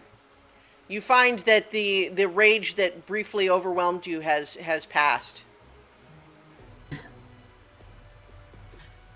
So this is not anything that we ever discussed, guys. So bear with me. Amethyst is. I will point out, it looks like this demon is about to cut down. Oh yeah, Zoreth. yeah. That's my focus right now. So what she wants to do is dive down, gingerly, carefully get Zorath in her, claws to carry him away, and if possible. Now those are demon things. Yeah. Okay, so they are like wide open targets. So she's going to try and blow them. Like she's going to fly down dive attack style and try to knock one or both of them off the edge. Well, so they were just floating down from the portal. You Oh, don't know shit, if so they they can would fly. fall. You don't know. Well, you don't know. They were just floating a moment ago. You don't know what their deal is. Like this guy is technically not even over the ground right now. So they're both still floating down. You're not sure they would fall. And also, if you want to, so like you could still like try to shove them back. Yeah. But if you want to try to, what I would allow you to do is, if you wanted to try to grab Zorath and his mom, and then drag them away, I would let you try to do that. But you would have opportunity attacks from both of the demons. So the Quetzalcoatlus doesn't provoke an opportunity attack when it flies out of an enemy's reach. Oh, well, there you go. Oh, good. Yeah. I was like, please let that work. Yeah. Okay, so then in that case, if you'll let her try to carry both of them away, I didn't think that it. Well, I guess it's a huge. It could carry I them wouldn't. both away. So here's what I'll say. It's one or the other. Well, you can do one or the other without rolling. If you want to try to do both, you'll need to roll for it. No roll. I just want to get them away. Sorry, guys. Well, you're gonna. You so know Amethyst. You're grabbing Zorath, but not his mom, and to do it. If I can get both of them, I do want to get both of them. You would have to roll to. I do would that. have to roll. Yeah. He needs his mom, y'all. And they're probably That going was to keep the swinging point. at each other. Like, That's I'm just the saying I thing. could bring her back later.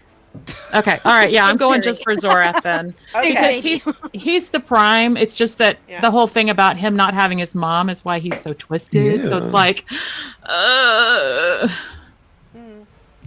All right. So what do you do when you? so grab she's him? gonna, Yeah, she's going to grab him and fly to what feels like safety towards her, which is, I guess, the closer to the door, away from all of this bullshit. It's just a little kid. Okay. How far can you go? It's 80 feet, you said? That was 160. Oh, no, I used my action, though. So, yeah, it would be 80 feet.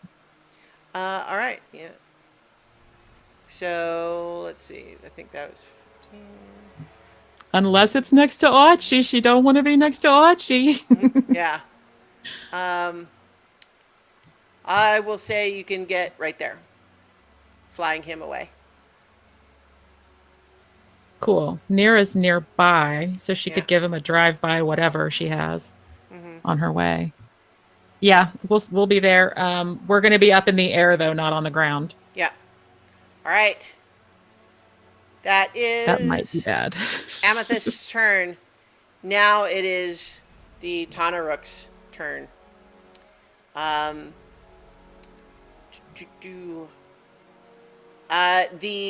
This one cuts Zorath's mom down. Oof. This one attacks that priestess and kills her. Mugen, you are getting attacked by this thing. But he has to roll for you because you're not an NPC. That's gonna be 17 to hit. All right, but let's see. So first he's attacking. Well, my armor class is 19, so that okay. misses. So the great sword misses, but then he leans in to try to bite you too, and he does a bit better. Gets a 25 to hit with that, and does 14 piercing damage, which I take 7 of. Let's see, 1, 2, 3. Why is it only 7? Remind me. Because I have uncanny dodge. Right. Okay. That's right. And that's an attacker I can see. Yeah. No, you're absolutely right. So this one is dashing towards these dark elves there.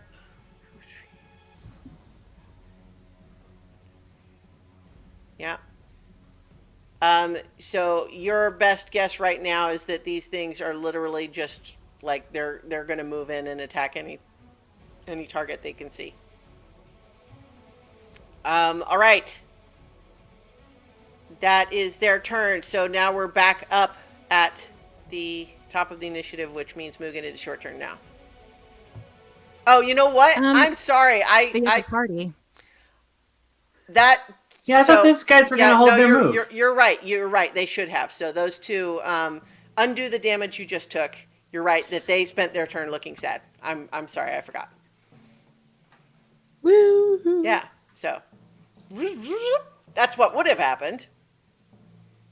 Does the other party of adventurers get a turn in this? Yes. They are taking the first round or so to be confused, though. Yes, so they are going to look, fight. Well, right, but a lot of stuff has changed in a very short amount of time, so they're dealing with it.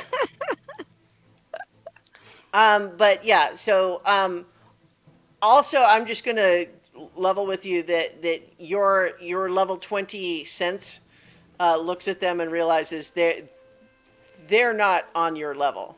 They're like, remember, this is Melicanth 100 years ago. Yep. Mm-hmm.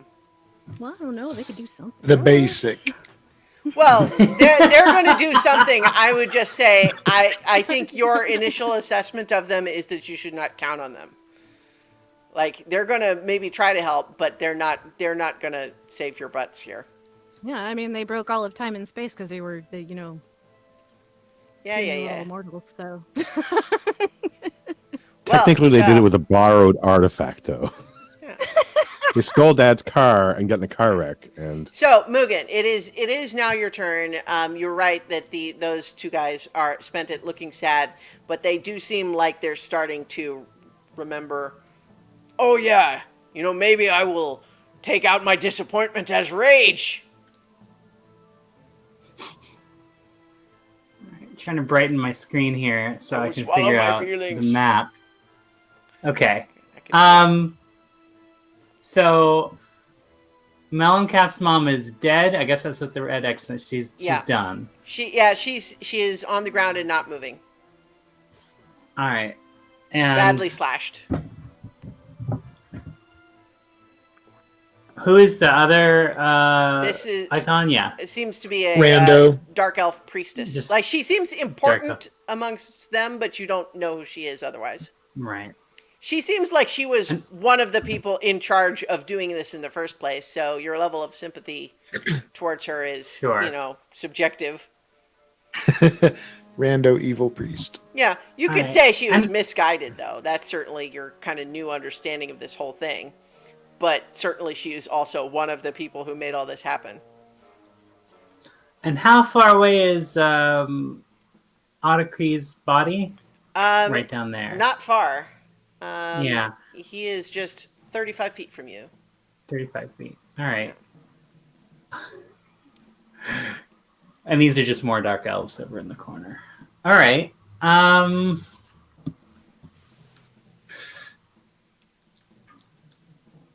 gonna get. Is Artaki standing or floating? He's floating, but he's basically on the same level as you right now. So he's 10 feet above the ground where he is, but level with you right now because you're on a higher ledge. Right. Let me level with you. Just trying to figure out the best use of what I have, which is not a lot, but it is noteworthy.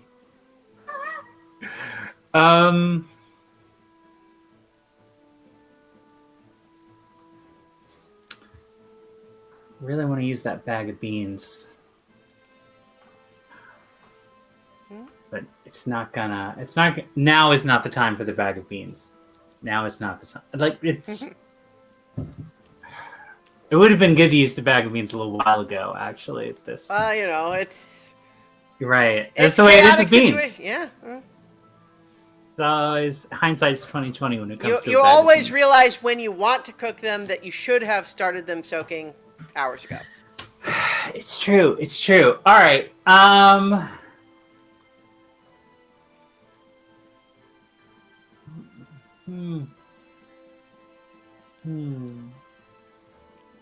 Got a demon right there. Looks like he's about to hit you with his sword. Right. Well, I'm gonna run away from him, obviously. Yeah. I just think I'm just trying to help.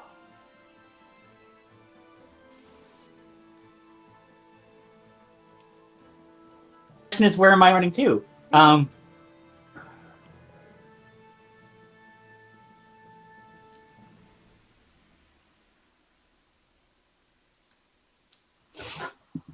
Could I do a sneak? Tell me more. The answer is probably, but I don't know what you mean. Uh-oh. Did you freeze? Oh no! I think we can... Jadzia may be temporarily frozen.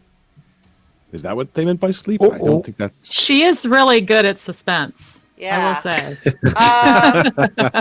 Could be This might be performance part art. of it. Yeah. Yeah. Just kidding. Knows how to build suspense. Well, I think we will move on to the next thing that happens, and we'll return to Mugen's turn momentarily. Hopefully, when Jadzia is able to unfreeze. But the next thing that happens is actually that you see Otterkey's form hold his hands above his head, and there is a swirling sort of vortex of energy that he then tosses out. Oh, let's see. Tosses out, and yeah, let's see where he does that. Yeah, I think he tosses it out, and Amethyst, I need you to make 2 saving throws for me. 1 dexterity saving throw as a strange swirling vortex with a terrifyingly dark black center appears right next to you.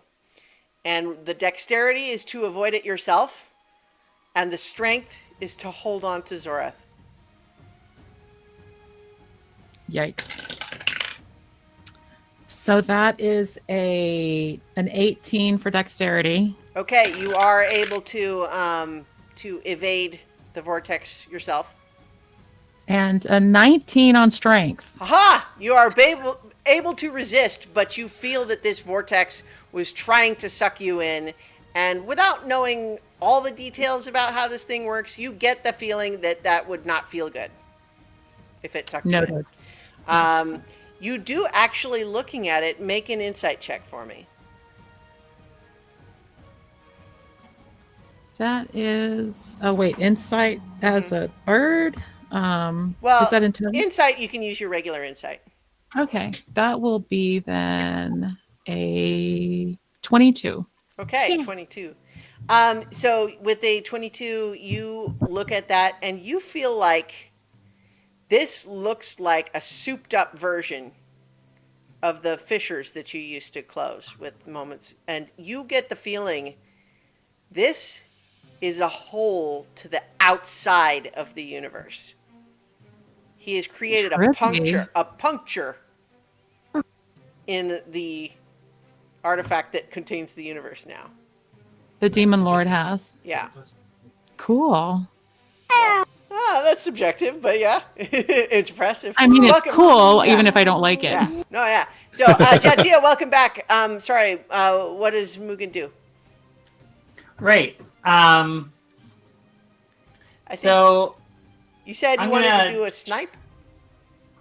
yeah, let's just do a force blast from the staff of the Mugai. Okay. Nothing fancy. None of the. You know what? Let's do something fancy. Let's do the 50-50. Let's try to do something cool with it. All right. Let me bring that up. See what happens. Where's my staff chart? We haven't used this in a while. Do. Yes, your staff that does a lot of cool things, but not reliably. Exactly. That's what we're... If I can just find my chart of the things that it can and can't do. Do.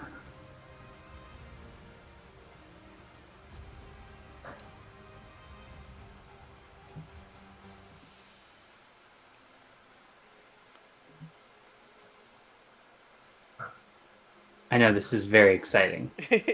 Yeah. Do.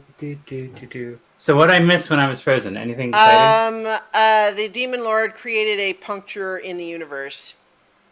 Seems Oh bad. no. Yeah. It tried to eat me. Mm-hmm. That's no good.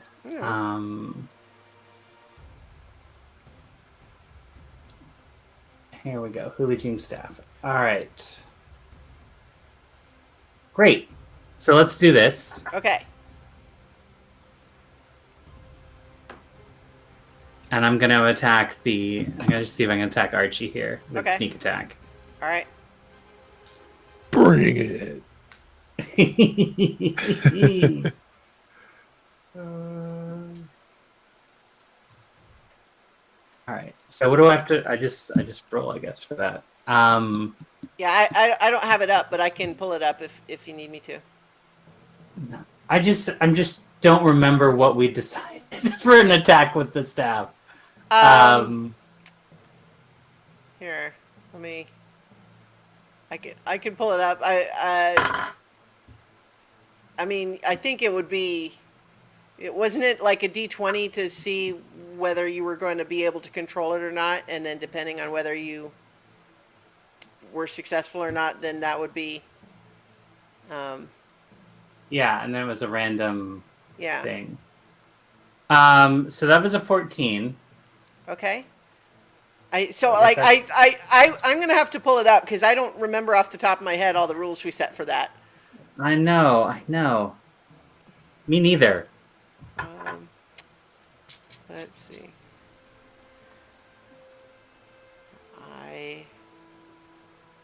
You know what? Did I? This is the problem with custom items. Yeah. All right. It's Trying always to worth the remember wait. which. Here we go. Okay, so. All right. Okay, so if the result is 1 through 10, spell must be chosen from the first list. If the result is 11 through 20, result may be from either list. Yeah. Okay. All right. So, yeah, All right, so it's a 14, so it's high enough for me to choose Mhm. the effect, which is Okay. great. All right. Wonderful. Let's hit Archie with a psychic scream. Okay. Tell us what that does. Yeah. All right, one thing at a time. Gotta find it. Spells.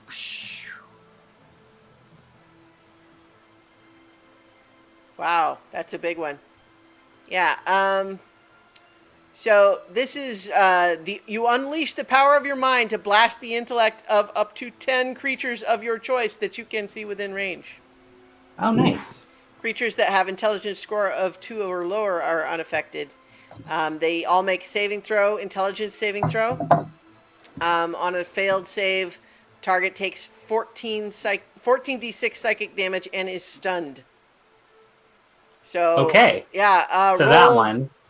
Yeah, roll your 14d6. I can use a roller if you'd prefer to save time. Yeah, why don't you? All right. That seems needlessly intense. Yeah. Well, it's a 9th level spell. It's like one of the best things that your god tier staff can do. Yeah. Yeah. Okay. So that's going to be 55 psychic damage if on a failing save. So, what are you targeting? I would guess you're targeting Demon Lord Archie and the. Here's the thing. I don't think Mugen is still good with the power. Okay. So I think it's going to be aimed at Archie and then just kind of fan out to the side. Okay. So like maybe anyone in the path of the Okay. Well, so aimed at Archie, but what? And so then the range is 90 feet. Okay. So 90 feet.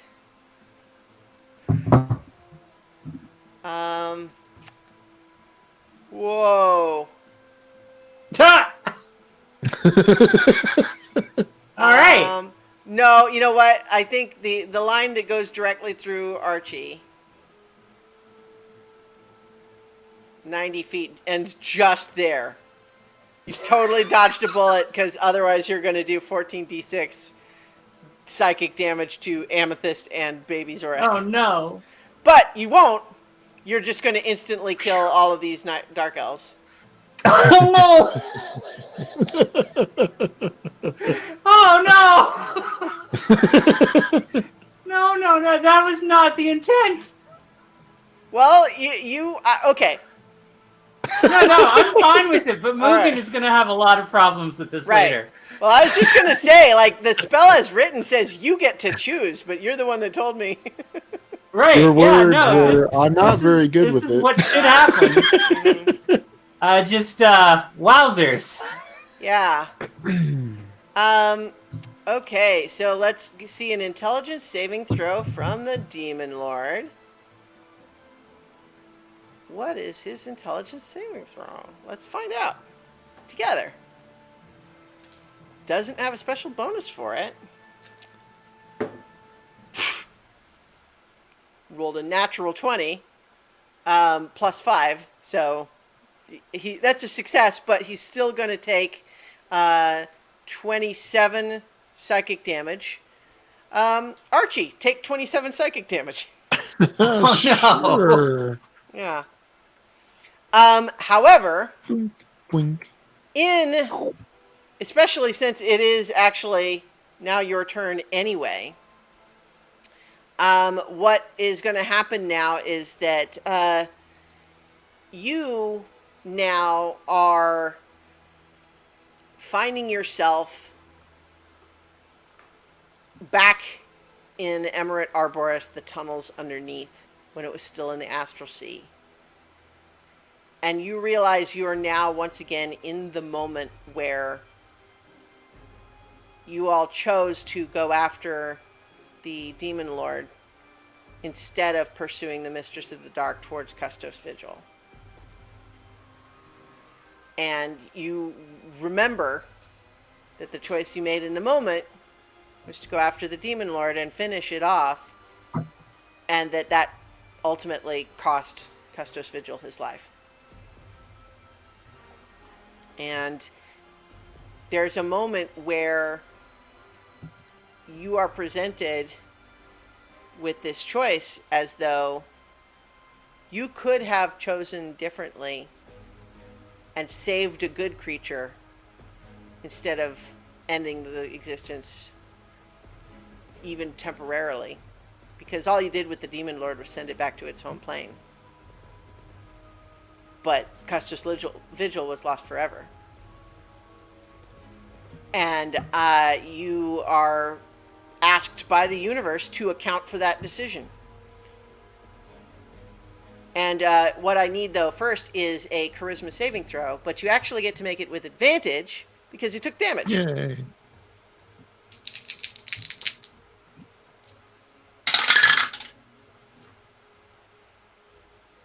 26. But yeah, so you find yourself being challenged, not by Custos Vigil, but by Crux, that little creature that tried to taunt you away. But he's essentially saying, look what you accomplished. Congratulations. You temporarily inconvenienced an evil creature in exchange for the life of this ages-old celestial who was doing everything he could for the greater good. And, seems to me that your pursuit there just wasn't the right call. Who are you to have this kind of power?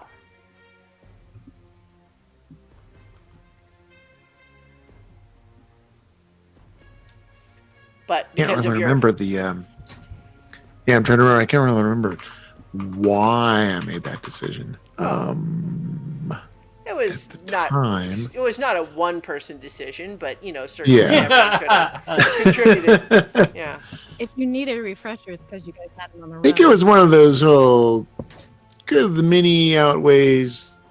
Well, good of the the other few of the thing, one. I will also say, first of all, you succeeded on your saving throw, so you essentially get to give a good answer. But the feeling that was kind of pushing against you was that you impulsively gave in to this desire for vengeance, which you had said you were trying to move past. Mm-hmm. And that you later renounced. But if you're the kind of person that makes that decision on the spot, how are you going to keep this oath that you made? Is it, you're being asked, is it better to pursue evil or preserve good? Right. And I think with that, where he had ended up, that's not going to be very eloquent, is essentially it ended up back with his core alignment, which is neutrality, which is balance. And that sometimes the greater good is pursuing the evil, even though he ended up being wrong. Well, was it wrong? Like, it's presented that way. Right. But I think as you answer from the heart there, you actually sort of feel the presence of Custos Vigil saying, my purpose when I was created was to fight evil. I would never ask anyone to give up that fight just to save me. And you find that once again you have a flash that you have broken another chain, but there's still one more around your neck. You can see flashes through your own eyes of the battlefield around, but you are not yet back in control. Cool. All right, so, Ket, you're up. Oh yeah. Where I'm way You at the guys top are, there. you're way up there. Okay, I'm going to move just south of Mugen. Mm-hmm. All right. And then I'm going to Cone of Cold Archie. Okay. I think hindsight, I also probably those demons could have attacked you guys when they're rushing past, but that's fine. Yeah, probably. Okay, so Cone of Cold is gonna also get the. Oh, you know what? She should have died from the psychic scream too. So. I was about to say. Yeah. Die. She, you like. Turns out she had one last little bit of life in her, and she's like, "I survived," and then she's instantly frozen solid from the Cone of Cold. I recant. I'm free now. I feel so. Yeah. So this is Constitution saving throw, Constitution saving throw. All right. Well, the Demon Lord's Constitution's not bad. That's going to be 21. All right. Well, it was a 19. Well, this ultimately helps Archie anyway because it's his body taking the damage. So go ahead and roll the damage. He's going to take half. It's 32. Mm-hmm. So. All right, so 16. 16. 16 ice damage. And Otterkey, you see this happening, and I think there's a moment where you hadn't fully comprehended what was happening. You saw the flashes of the battlefield, but then you see Ket casting this spell at you. And there's a moment where you are filled with a rage beyond anything you've ever known. He's supposed to be your friend. Here you are trying to break free and he's attacking you? How dare he? You want to kill him. But you can make a charisma saving throw.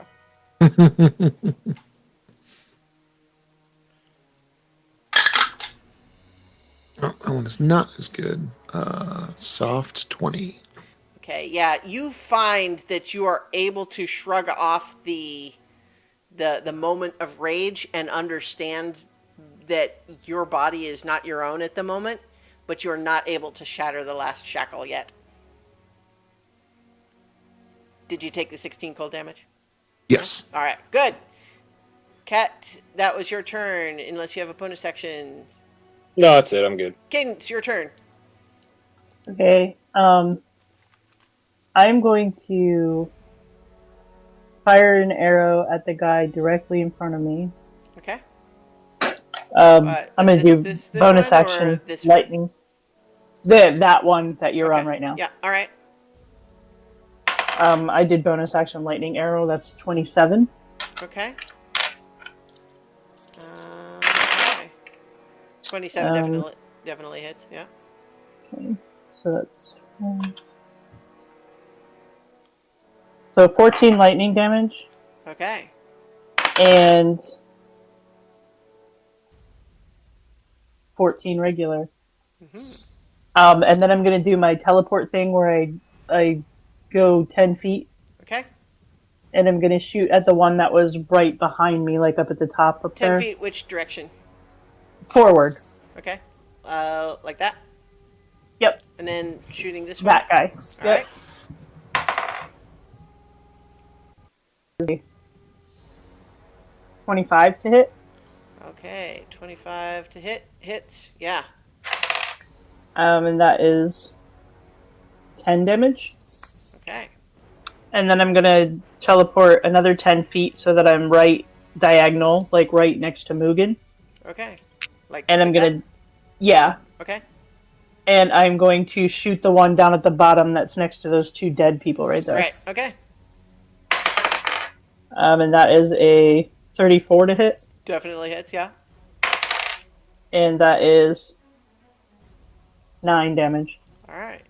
So- That one, the first one that I hit, can't take reactions until his next turn. Okay. So I'm gonna. I didn't do it before, but I'm just going. That one and this one would have been in the range of the psychic scream. So let me make sure they took that damage.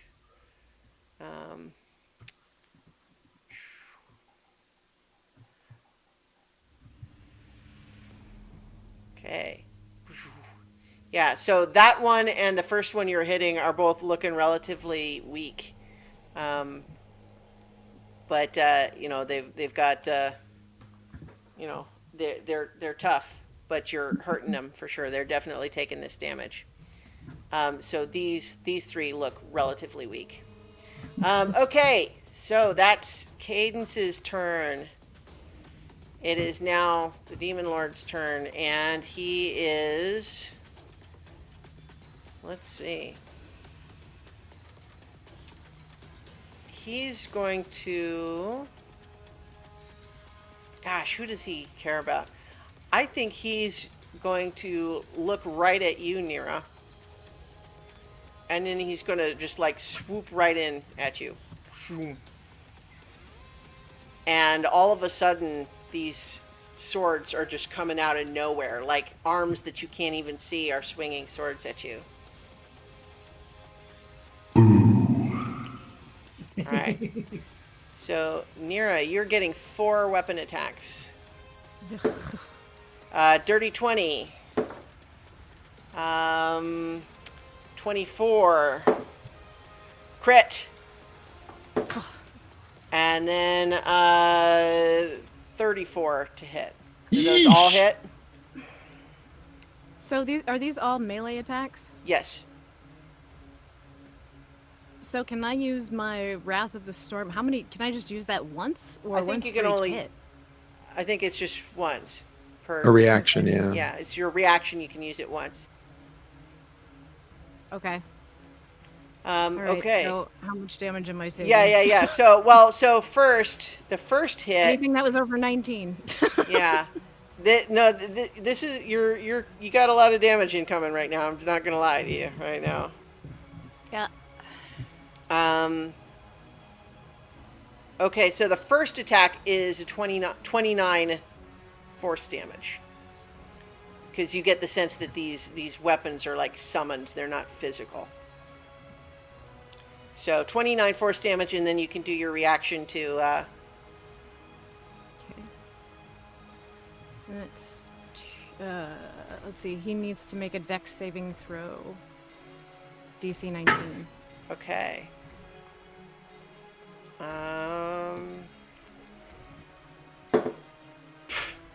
Natural 20. He's actually rolled a bunch of those. So. All right. Well, he's still gonna take half damage. Okay. Yeah. So tell me how much that is. It's a 14, so he'll take 7. Okay. So Archie, take 7 lightning damage. And then we'll deal with the effect of that in a moment, because the rest of these attacks are definitely still happening. As much as you might have preferred that they not. So if he saves, that means he doesn't get pushed back, right? I think actually...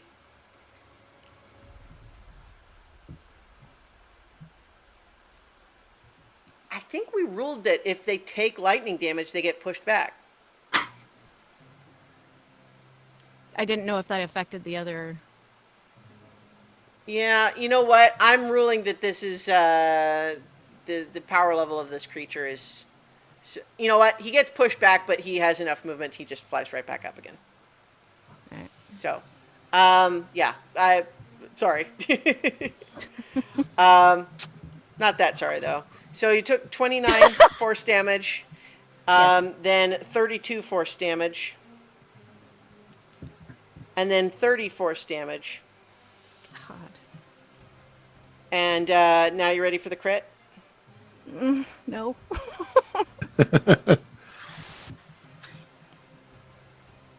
58 force damage. Well, I'm still up. Ooh. I have 12 hit points left. Yeah. So I think all the rest of you are seeing this. It's just enormous damage being done to Nero right now. But with that lightning damage, Otterkey, you understand better what's happening now. And you realize that this is, what you need to do is break out, because you're watching your own form try to kill Nira. And you need to do something about it. So let's see another charisma saving throw. Let's. That one is, it says 32. There you go. Finally, this desire to stop this thing from hurting your friends. And you suddenly find yourself like drop 5 feet to the ground and just like land prone, because you have been spit out of something that maybe it's more appropriate to say that it emerges out of your back and you are dropped to the ground almost like a shed skin. But the rest of you now see that Archie is dropped to the ground as something emerges from him. Well, let's get the token down there. And it looks small at first, but doesn't stay that way. No, it's actually one more. There we go. And the hello, beautiful. The real Demon Lord's form is revealed. Archie, what did you eat? Here, feast.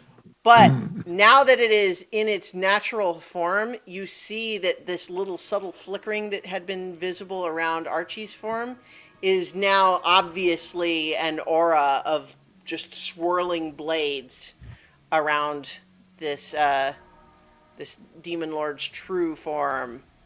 And you get the sense that when it is his turn again, you're not going to want to be within that 10-foot radius of him. Just a thought. So, but that is the end of his turn. But so, like, as he does that, he, as he emerges, he looks down at you, Otterkey, and just says, "Ungrateful whelp, you weren't worth the energy put into you. As for you, Rushama, your time is past. Now is the time for chaos to fill the void." We'll see about that. Well, we will see, because it's your turn now, Nira. All right, well. Get him. Oh, yeah, you're hurting. I'm almost dead, so. You get him. I'm going to get him. Yeah, I am going to cast Heal at level 7 and give myself back 80 hit points. All right. All hail, beacon of hope. And then, I gotta get out of here. I should not be here. So yeah, I'm going to backtrack the way I came. As far as I can get. Okay. So that's going to be, 2, 3, 4, 5, 6. So you can run back that way, and then it points at you. What level spell is Beacon of Hope? Oh, I should have rolled for concentration on that too. Oh, yeah, there's no way. Well, okay, no. Okay. Okay, I need 4 rolls. They all have to be higher than 15. What is that? It's Constitution? Constitution saving throw, yeah. Higher than 15? Mm-hmm. Okay. Yeah. Do I have my aura back so she has her +4s? It's not gonna matter on this one. Um, 'Cause I rolled a she took the attacks when you weren't Oh, hadn't yeah, merged yeah. yet, so. Yeah, I rolled a 2 + 3, so I Okay, got yeah. 5, Beacon so of Hope that's is dropped. And then, and so then Hero's Feast is level 7, right? I Yeah. think so. I'm checking. I don't remember. Yeah. I believe it is. Okay, so let's. It Yeah. is. You find. 6th. You find, Nira, that the effects of Hero's Feast drop away from you. He has just dispelled it off of you. What? Mhm. No, I spent asshole. $1,000 on that spell. I paid good gold. No, Well, it's still up on everybody but Nira. it's 6th level. Okay, well, yeah, Yeah. still, yeah, Oh, okay. Well, maybe Yeah. it made a difference. yeah. Um, I mean, he had to roll I'm for it, but gonna- he beat it for sure. Yeah, I was gonna bonus action healing word on baby Zorath.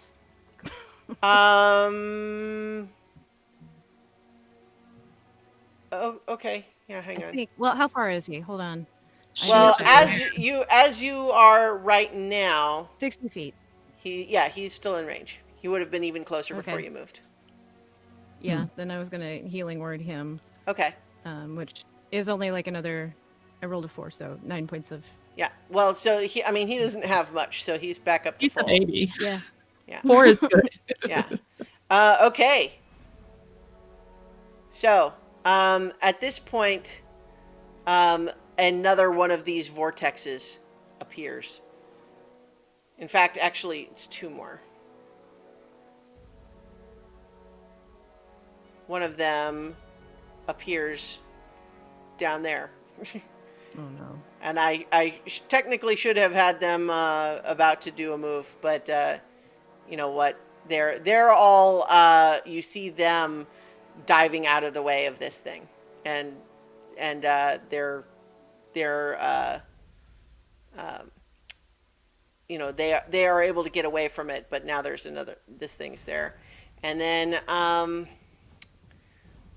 Alaric, make a dexterity saving throw.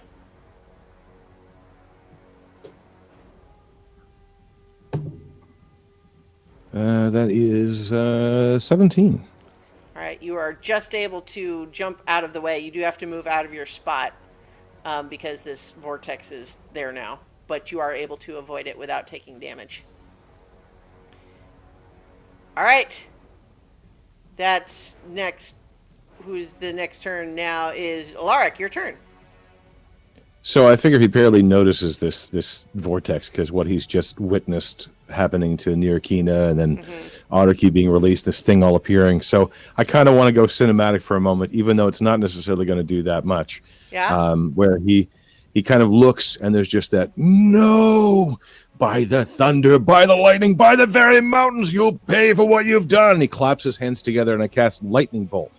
Nice. Straight at him. It would also pass through Nirkina, who I know is not damaged by lightning. Okay.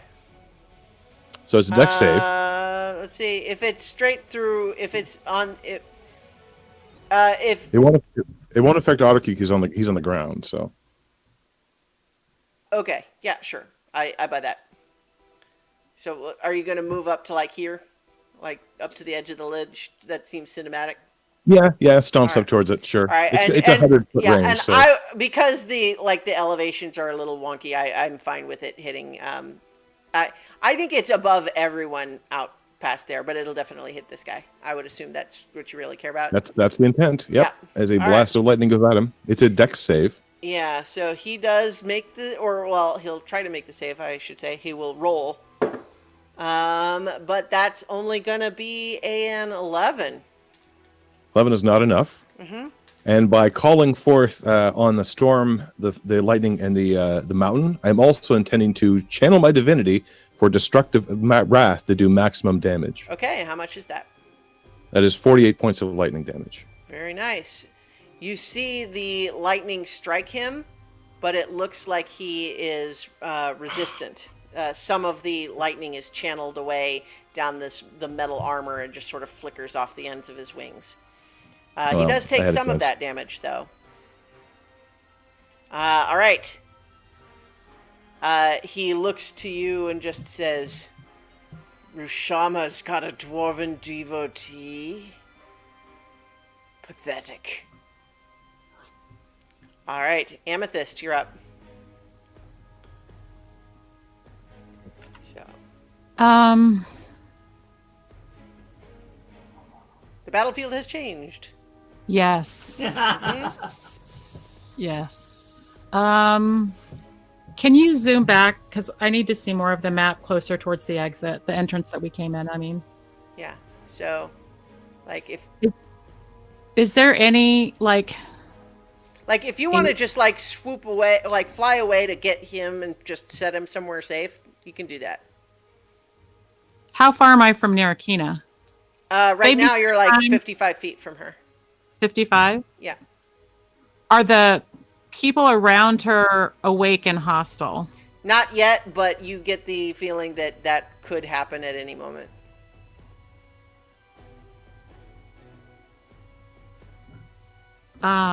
He used his legendary actions to do different things this round.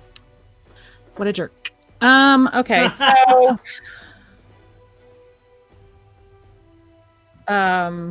shit. This just blows what I had lined up to do, like, completely. So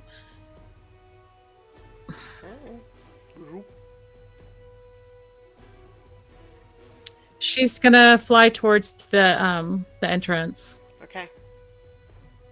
All right. However far I can get without dashing, and then land on the ground. Yeah. I don't know about this. You know what? Okay, so she's going to. I don't think I have anything concentration going right now, so she's going to land and cast Conjure Animals. Okay. I think I can summon 4 owls, giant owls. I mean, you read the spell. I don't have it. Yeah, you've done 4 in the past, so Okay. you can do at least 4 now. Gosh, do I have? I don't think I have. Do I have? I thought I had giant owls as a. I may not have used them since you went to this. Yeah, I had the physical tokens of those. Well, guess what? They're going to be harpy tokens. Cool. They don't care.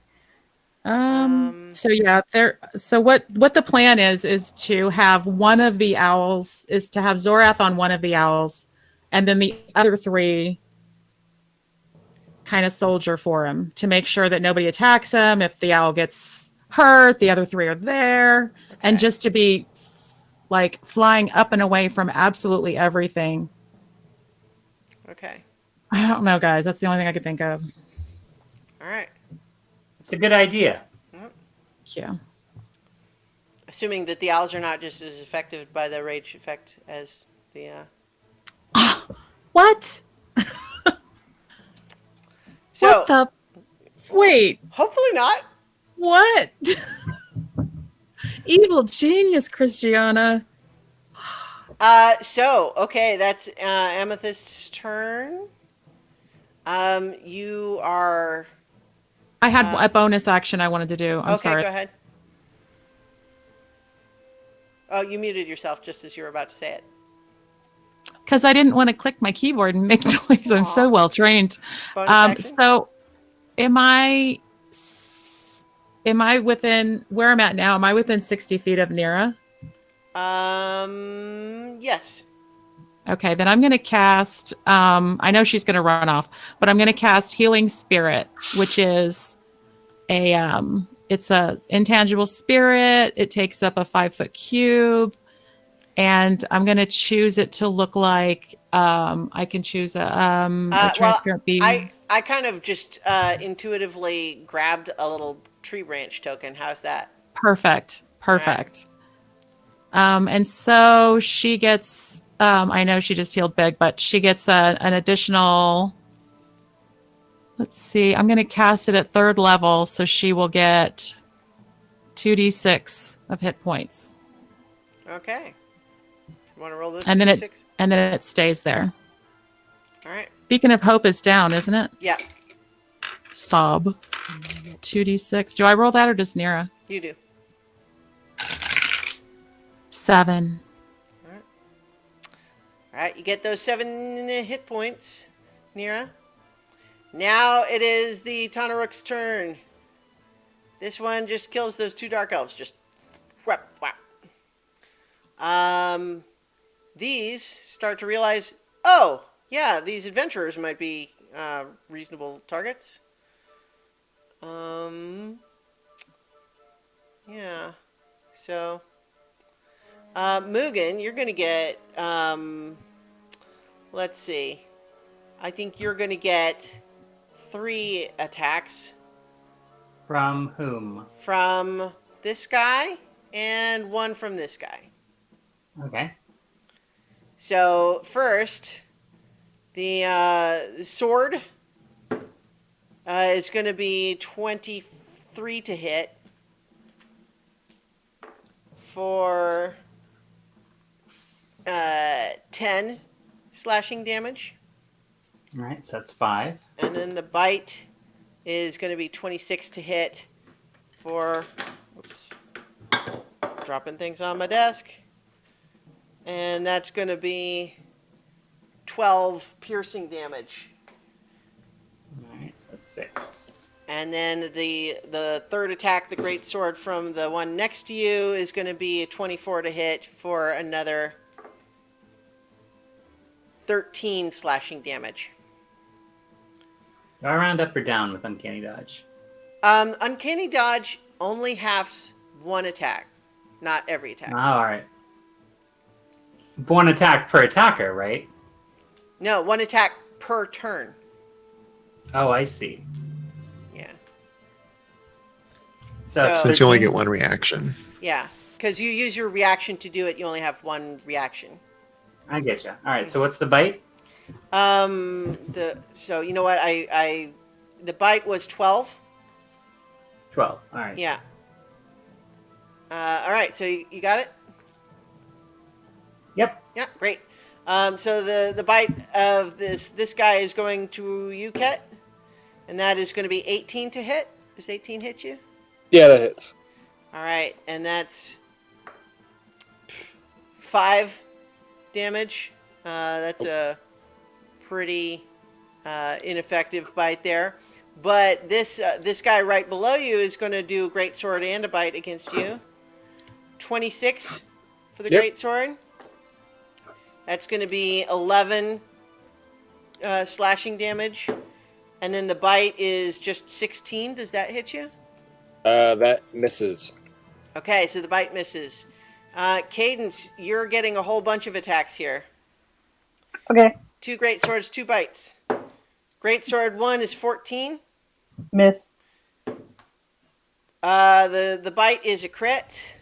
Okay. So that's going to be low rolls on the crit dice, so only 7 piercing damage. Okay. And then from the other guy, great sword 17. Miss. All right, and then the bite is 16. So Miss. you evade those other attacks, but you're And he's kind of like, haha! pinned in and surrounded though by these things.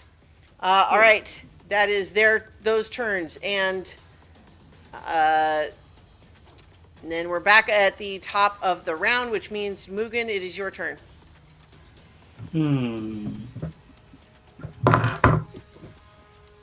All right. You know what? Now would be a good time to use the beans. It's time for the beans, you guys. Okay. I'm going to use my bag of beans. Oh, So if I dump the bag's contents onto the ground, they explode in a 10-foot radius extending from the beans. Each creature in the area, including myself, must make DC 15 dexterity savings throw, taking 5d4 fire damage on a failed save. or half as much damage as a successful one. The fire ignites flammable objects in the area that are worn or carried. Okay, so wait, which ones make a dexterity saving throw? Is that what you said? Yeah. Okay. All of us. Everyone in a 10-foot radius. Where are you throwing Including it? cat and cadence. Yep. Yeah. Okay, throwing it like at your own feet. Yeah, essentially. Because I want. That'll I guess be I'm all not five planting of them. the other ones. Yeah, so we're just gonna bomb it, I guess. Yeah, 10-foot radius gets everyone in this little bit right here. Yeah, let's do it. All right, so dexterity saving throw from the Tanarux. It's going to be 12, a 10, 2, 17, and 17. So what's the DC on the bag of beans? Does it 15. say? 15. Okay, so the last two save, but the first three don't. And how much is it? 5d4 fire damage. Do you want me to roll that, or? Yeah, if you don't mind. I don't mind. Okay. So that is 14 fire damage to the ones that fail the save, and presumably half to the others? Yeah. All right. So we take half. How much was it? It was 14 total, so you would take 7. 7, because I rolled Yeah. 23. Oh, then you're fine. Spicy beans. Mm-hmm. All right, let's see. All right, and then let me give those guys their damage. Yeah, a couple of these guys are looking really bad now. One of them not so much. But yeah, these guys up by you some of them are looking pretty hurt now. Okay. The Demon Lord points again, and another vortex opens. And this time, I think he looks and points it towards you, Nira. So I need a dexterity saving throw. What the hell did I ever do to this guy? Ugh. Mm. Oh, I bet he's got a list. That's actually a really good roll. So that is a 21. Okay, so you are able to avoid being pulled into this thing. You do sense that unless you move 10 feet away from it, you'll have to keep making that save. Two of these guys aren't so lucky. You see them literally get sucked in and just and disappear. They're gone. I think actually, yeah, all of these guys do.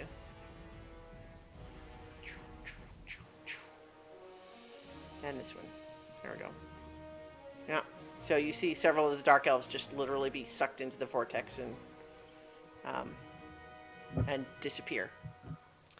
But you also, all of you, as these things are expanding, you are getting the sense that they are reacting to each other. It's starting to make everything feel unstable. Ever since Ket's wish had stabilized things with the time stop, things had felt much more stable, but now it's starting to feel more again like it did when everything was falling apart. You get the sense that these things are destabilizing everything again. And each time he does that, he's getting bigger.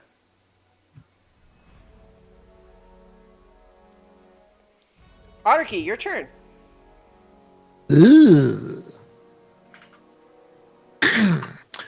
I am going to immediately use my action to transform into my Elder Champion. Okay, I don't have another token for that. Are you bigger? Are you large or still medium? No, actually, it doesn't sound like it really gets large. It's just like, he gets some vines and leaves sprout around his horns and stuff. Very He nice. natures up.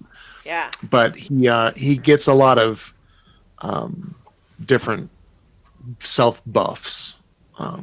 his spells he can do as a bonus action instead of a full action. Enemies within 10 feet have disadvantage on saving throws against paladin spells. That's the primary. So that would be my action, which means as a bonus action. Let's see if I have a good token for you. Let's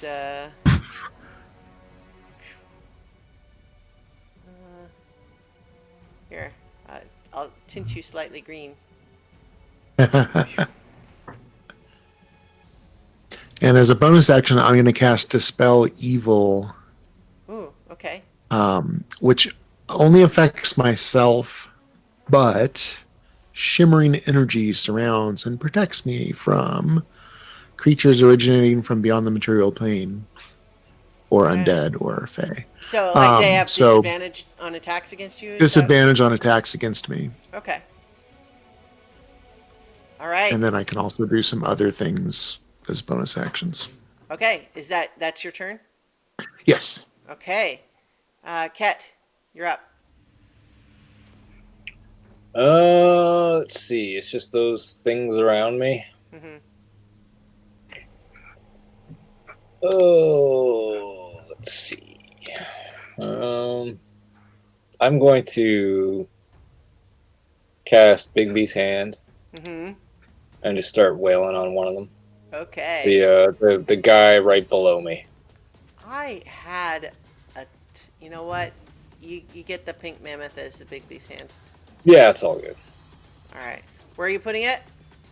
I'm gonna put it right south of the guy in front of me. Yeah, right there. All right. Yeah. So and then I'm just gonna take a whack at him. All right. I don't. Hold on, I'm not sure if that's a spell attack or. I believe it's a spell attack modifier is what you use for those attacks. Oh yeah, okay. Make a melee spell attack. Okay.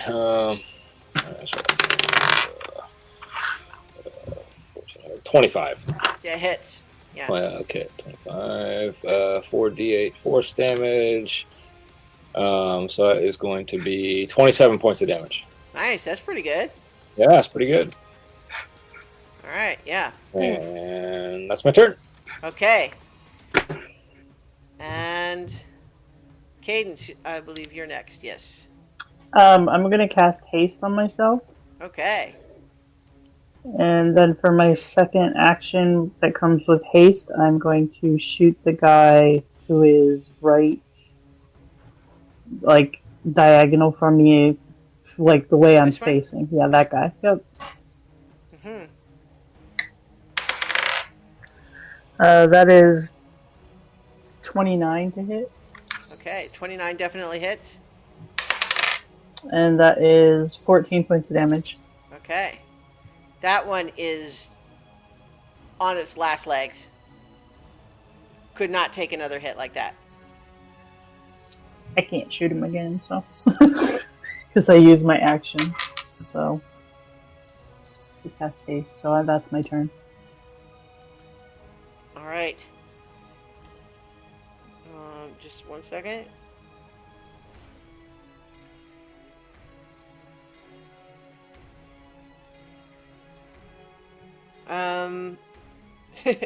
Okay, so it is now the Demon Lord's turn.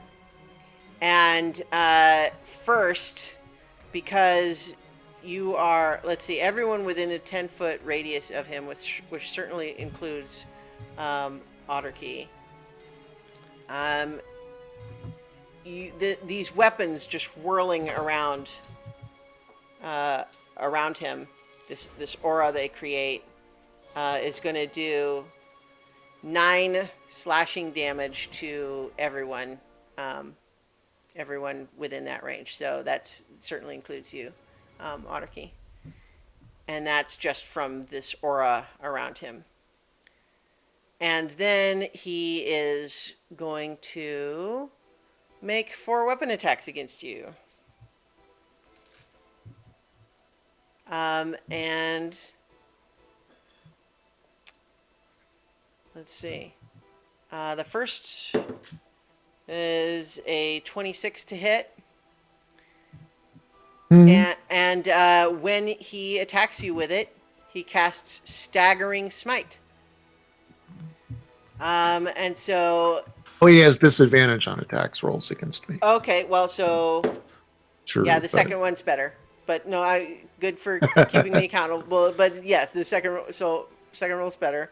So that damage is going to be... hang on.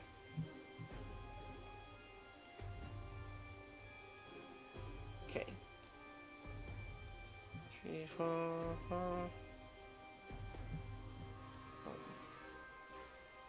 Okay, so starts with 24, and then it adds another 20 from the smite, and then you need to make a wisdom saving throw. Okay. Oops.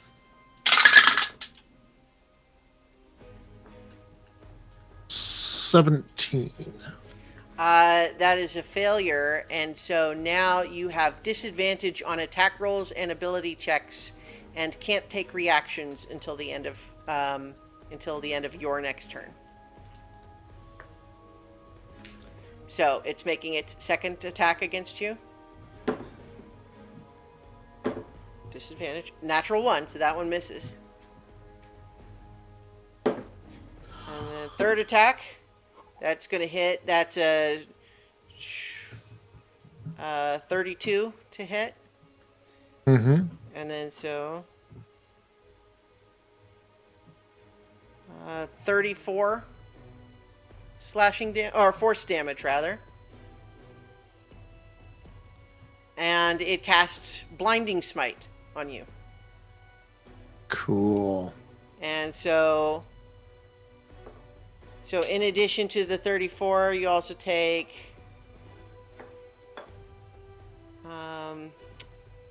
another 16. And I need a Constitution saving throw. Okay. 26. That's a success. You are not blinded. And it's making one more weapon attack against you. Another natural 1. It's balancing out those 20s from earlier, so that misses you. But yeah, it does all of those things. But then it also raises its arms once again and says, "Feel my rage." And so now, let's see.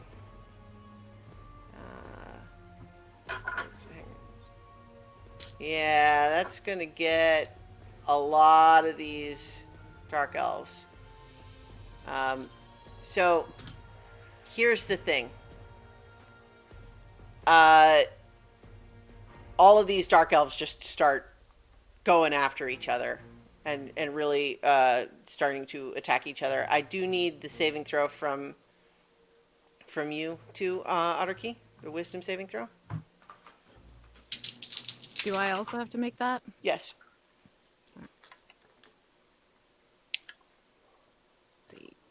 Do either of you still have advantage on wisdom saving throws?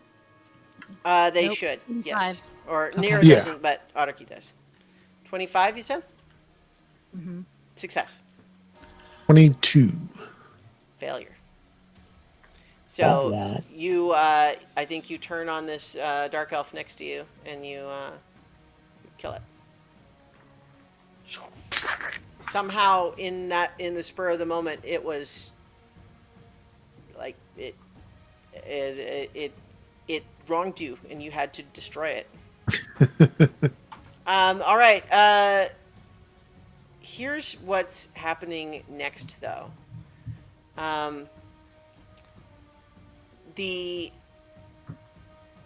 Melicanth and this adventuring party start charging through the fray. And so they're dashing to try to get up more in this direction. You don't know what they've got planned. but they're dashing through these fighting dark elves, having to evade because they're attacking anything that comes near them. But then another one of these portals appears, and it sucks in a few more of these guys here.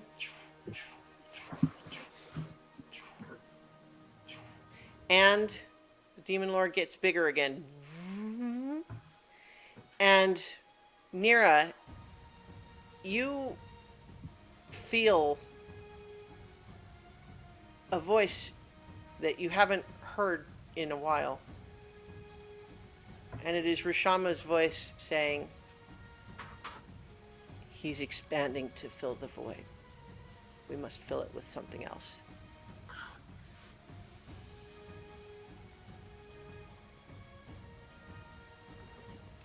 And it is your turn.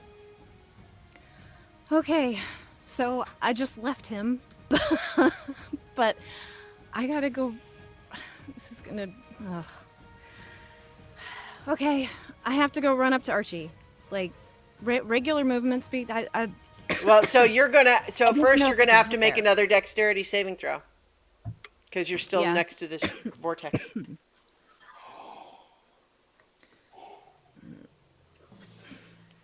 That's a 17. That's a success. So you were able to push past. And you were able to get up to him. Yeah, and I just need to set one hand on him, and then I am going to use my Bamf cape to dimension door us, Okay. because I can take one person, right? Yeah. I think we established it before, yeah. Yep. And I am going up to where Ket and Cadence and Mugen and Alaric are. Okay. Oh, well, here.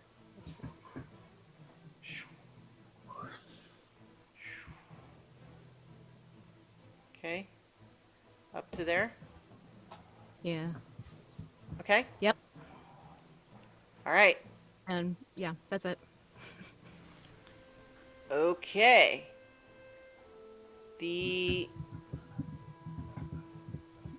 Yeah. All right. So then the next turn is Alaric. Your turn.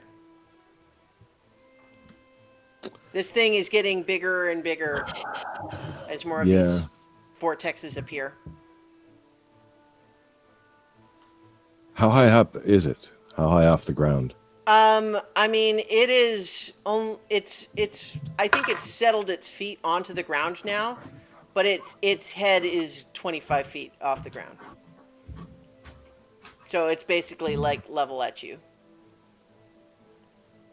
Well, that's not really the important part. All right. Well, in response to his continual shouting of "Feel my anger," I was like, "Well, you gotta feel my anger." And I start marching down the wall, move 10 feet closer, bonus action, summon the axe, and I'm throwing it at him. Okay. Okay, so I got nothing else. Mm-hmm.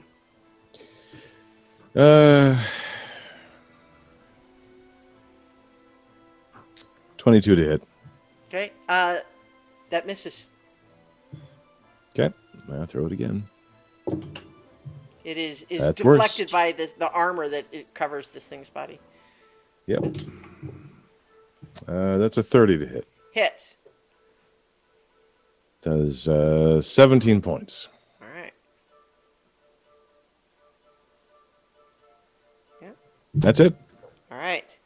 So you definitely see that you did, carve a slash in its side with that second attack, but this thing is very powerful, and you have a sense that its power is just growing at this point. It's not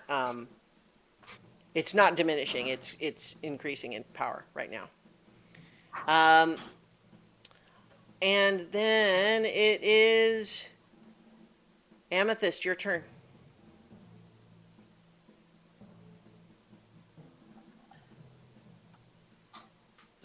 So You were lucky that your little owls down there were not in range of the rage thing. Right, Yeah. right. So can you zoom back so oh, there I am. I'm sorry, I didn't see Yeah, it. you're at the bottom down there. Ignore the little amethyst token in the corner there. I just set that aside because Cool. while you're How far am I from Ket? I mean, you're a ways up there. You're all the way at the other end of the map. So let's, Right. So if I um, dash 160, I'm still nowhere near him. actually, you can get like right up to there. So not like to Ket, but almost. Is that what you want to do? You'd be like right here. Shit. I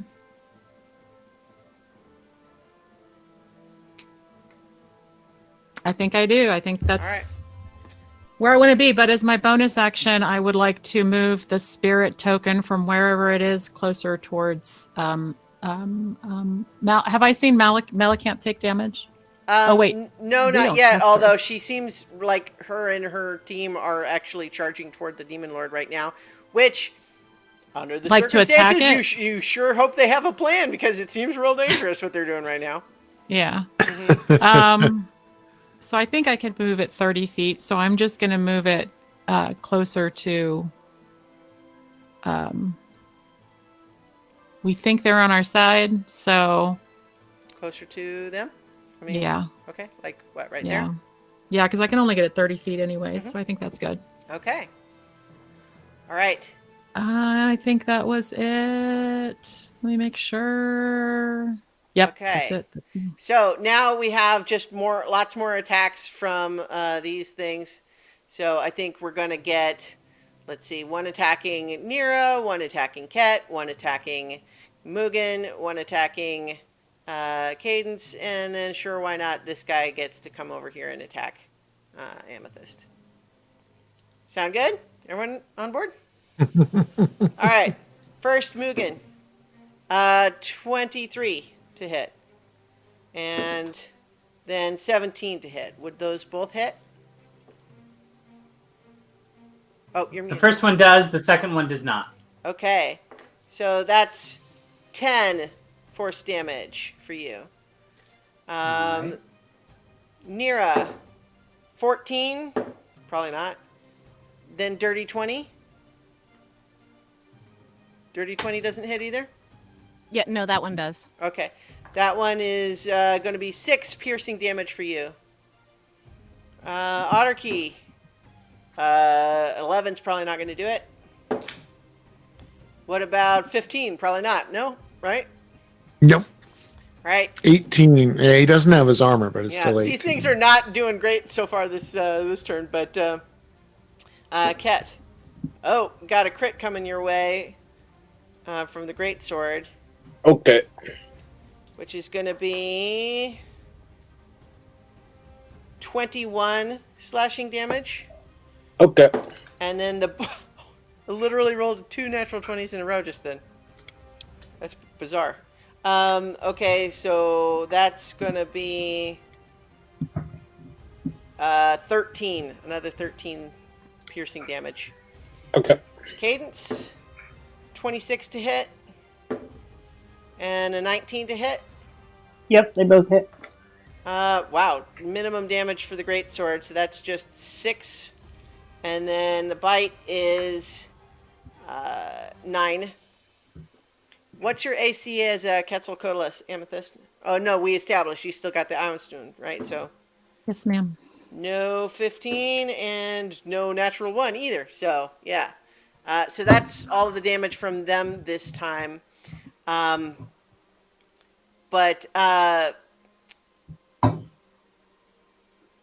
let's see. Okay, so now we've got the top of the round again, but something starts to happen that looks a little bit strange. You see some sort of a flickering tether seems to emerge from each of these vortices, and each of them gets tugged out of where it was a little bit towards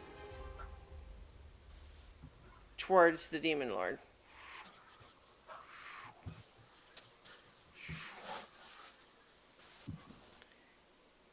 And the Demon Lord, I think, is not subtle about seeming startled by that.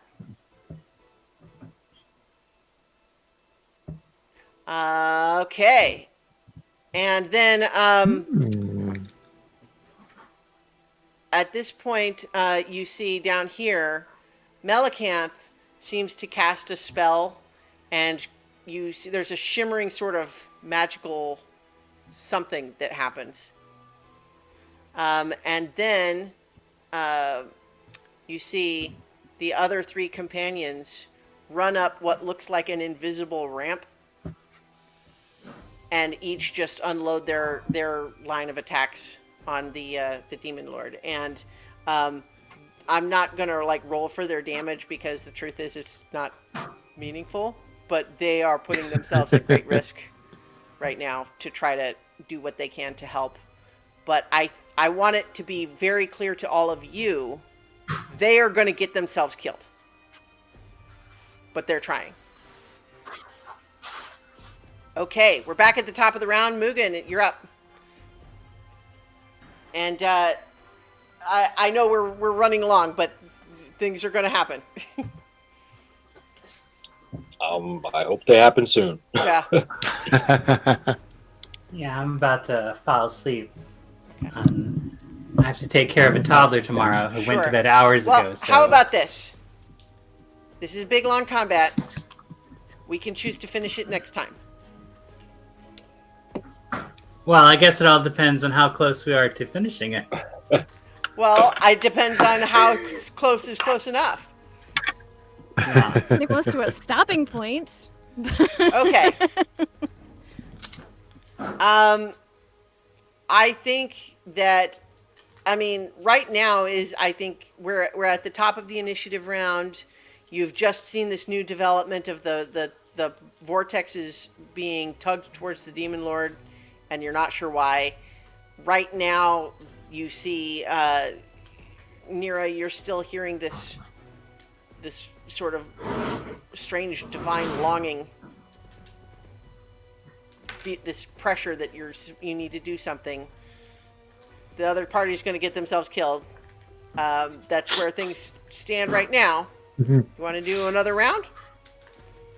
I mean, there's more stuff. I think that's a great cliffhanger to leave Agreed. on. Okay. I agree. All right. But can I specify one thing that Amethyst would have done ages ago? Okay. She would have made her owls have rainbow feathers because it's carrying a kid around. So she really would have wanted it to be like cute and, you know, let's pretend this isn't going on around you. Dig your face into the rainbow feathers kind of shit. So as you much know, as Amethyst. it feels like it would be so exciting to finish this combat, it's no good if everybody is exhausted and not having fun. So we will cliffhanger right there and continue this battle next time as the adventure concludes on so many levels. So many levels. So many levels. So many levels. So many. Just so many. Yeah. Lots.